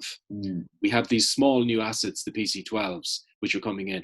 How you use that asset and how you develop the reputation of the state, the evolution of the Air Corps and the Defence Forces, and the offer that Ireland makes in terms of peacekeeping humanitarian assistance. You could use that in a much more imaginative way. The last thing that should be allowed to happen is those PC-12 should be left in Baldonnel or Casement Aerodrome and they don't get taken out for a ride much. That's the last thing to do with that asset. That asset should be looked at in terms of how can we use that creatively. So I wouldn't go out and make an argument on live radio for spending 150 million on new CASA 295s or something like that. I think we have to wait 3 years to figure out how bad is bad and what we could do. So it may be that 3 years from now you can actually figure out that there are some new defence commitments that you can fund, and that would be one of them perhaps. But right now, carry out what you promised. Yeah, I think my colleague in the afternoon, Ivan Yates, might have a baby live on. Yeah. just in terms of costs. Jerry, I know you wanted to jump in there. Yeah, please. I'm interested to hear what possibly Brendan and Ben have to think about this. I think we have agreed at governmental or European level to pay into a European Defence Fund. That's happening. So Ireland Inc. is going to be contributing money to Europe. Now, at the European Defence, at the moment, we have no capital plans to get a single penny of that back. So we're actually pissing away a lot of this money until we come up with capability development plans, whether it's airlift or any other sphere, is my understanding, to try and absorb some of that money back. Am I correct in that thinking, or is there a way of building capability through that you want to elaborate on? Ben, do you want to jump in there? Yeah, I mean, there's potential there, certainly. I mean, the problem we have at the moment, and it's the same problems we discussed nationally, we're having debates on the multi-annual financial framework for the European Union, and defence, unsurprisingly to anybody in this webinar, defence is taking the first hit in terms of the budget cut in order to pay for the things that people are talking about in terms of addressing the coronavirus and the economic rebuild. So that same conversation is happening at European Union level, but whatever they finally agree on in terms of the size of the European Defence Fund, we have to have a national strategy to say what it is we want to spend that on and how that delivers a benefit to Ireland. And that engages small and medium enterprises in this state, but it could also engage on these big ticket items. It could also, for example, through PESCO, be a project that Ireland led on, mid-term strategic lift or tactical airlift, and what Ireland would put into that and what we might get out of it. So again, my point is, while again, I think, the sovereign control is a really important issue. I think the only game in town in terms of where the money is going to come from and where we're going to get the biggest bang for our buck is through European cooperation. Just in terms of cost, it's just important to. No, I agree, Ben. I couldn't agree more, actually. I think it's important for people to understand aviation is an expensive business, and I completely get Brennan's point. It should never be about either or in terms of sea lift or airlift. They're complementary. They do different things in different ways at different scales. But for less than 20 million euros, or $20 million US dollars, actually, you could have an airlifter on the ramp in Baldonnel in 90 days, available to respond to the needs of the state in the immediacy of the COVID-19 crisis. Aside from all from the requirement for a national security strategy, which is unquestionable, the provision of a $2 million a year over 5 years would be, or sorry, $2 million for a 10-year provision is for nothing. When you consider that we already spend masses of money on air transport across all of our different state organisations, the HSE spend $1.5 million every year for provision of contingent air transport that doesn't fly. Those sort of service provisions, there are synergies to be achieved. The costs are not astronomical, and in fact, I would argue that there are savings to be made if we take advantage of the current market conditions. All right. Well, look. Make a comment. Sorry, Anna. Yeah, jump in there. Anna, did you want to? Yeah, I just wanted to ask, I've got a comment, and it's sort of, which is a question as well, around the public narrative in Ireland in terms, and what the appetite is. And obviously, political will is determined by domestic will and domestic expectations. And certainly, I mean, in New Zealand, if there is a cyclone in the Pacific, no one would blink an eye at New Zealand responding. And that's about identity. It's about values. It's about a very clear strategy for New Zealand, which is framed around, again, around New Zealand's identity as a Pacific country. So there's a very clear sort of political win in many respects, and so therefore, and the public narrative and New Zealand Defence Force and MOD have certainly really driven quite a clear public message and public story about NZDF being a force for good and responding in these ways. And you see this in terms of how things are depicted on defence policy documents and so forth. You know, helping lots of children and humanitarian response and so on. And that really helps to galvanise support for that. And so there is less concern, and that extends out to other issues as well, beyond HADAR, but resource security and so forth. But without that, how do you, I'm really curious, and sorry to ask a question here, but I'm really curious what the public narrative is in Ireland, given this conversation is going on, and how do people on the street see Ireland's contribution? I mean, in New Zealand, for instance, we have such an idea about New Zealand as a peacekeeping country that we sometimes struggle with the idea that New Zealand is actually involved in combat operations, such as in Afghanistan. So there's that disjuncture there. So just, yeah, really curious about that and learning a lot. So thank you. Yeah, I'm not sure who wants to jump in. If anyone wants to wait, Cathal, were you putting your hand up there? Well, just for 60 seconds, really. Brilliant question, Anna. Really, really brilliant question, and so pertinent to what's going on in our island at the moment, for sure. So the general public is focused on our perceived neutrality. We suffered terribly during the First World War, and we had a civil war about 100 years ago as well. And as a result of the civil war, two political parties were formed. And both of those political parties have really been involved in all our governments since independence. And because the military was such a contentious issue, they decided not to have any policy whatsoever. So really only in the last 10, 15 years, we've actually looked at forming our own defense policy, which is the first time in a long time, but it's still highly contentious, and you have to tread very, very carefully. Most of the vocal voices in defense in this country are really non-mainstream, really hard left, and would be against any involvement in any kind of European or further architecture. So I'll just finish on that point, but excellent question. And we would be even more pacifist than New Zealand in the Irish public, I suspect, by and large. There is an appetite to do a little bit more, but you want to be a very brave politician to stick your head above the parapet and call for it. Just to pick up, Anna, just on something Cathal says, and I realised I'm not here to offer any expertise, and I'm weighing in anyway, but I was interviewing Fergal Purcell, who's a former government press advisor a couple of years ago, just after he finished up his jobs, and he was a former officer in the Defence Forces. And before the interview, there was a lot of talk about PESCO at the time, what was Common Defence in Ireland was signing up to. And the phrase Irish neutrality had appeared, I think, now this is off the top of my head, 72 times in the Irish Times between New Year's Day and when I was interviewing Fergal, which was during the summer. The year that Ireland joined the UN, the phrase Irish neutrality didn't appear once in the Irish Times. And the year Ireland sent troops on its first overseas mission, the phrase Irish neutrality was used once in the Irish Times, and it was in the context of a beer festival being held in Dunleary. So it just shows that phrase and the narrative can change. It can change a lot over time. But I don't know if Brendan, Ben, Mark, or anyone wanted to jump in on that point about narrative before we wrap things up. I'll jump in there, guys. We'll wrap up in the next 5 minutes, so as well, just to give everyone a bit of lunch, and Anna has to go to bed as well. It's probably approaching midnight there. Did anyone else want to weigh in there on narrative before we finish things up? It's my bailiwick. I've written a book about it. I mean, Anna and I can maybe trade some publications, but it comes down, as the deputy says, it comes down to a very deep ambivalence about defence as a topic and the Irish military and their role. Yeah. All right. Well, look, I think we might leave it there. Look, my thanks to everyone on the panel, to Cathal Berry, Brendan Flynn, Ben Toner, and Mark Hegarty, to Anna Powles, and to the ambassador as well, who we lost a little bit earlier. I had to rush off to another engagement. And Jerry, thank you. And look, lots of texts and messages coming through from everyone there on the side about how much they enjoyed all of this morning's and this afternoon's conversation. So fair play for putting it on, a fair play to everyone there in Slándáil and all the sponsors. Jerry, back to you.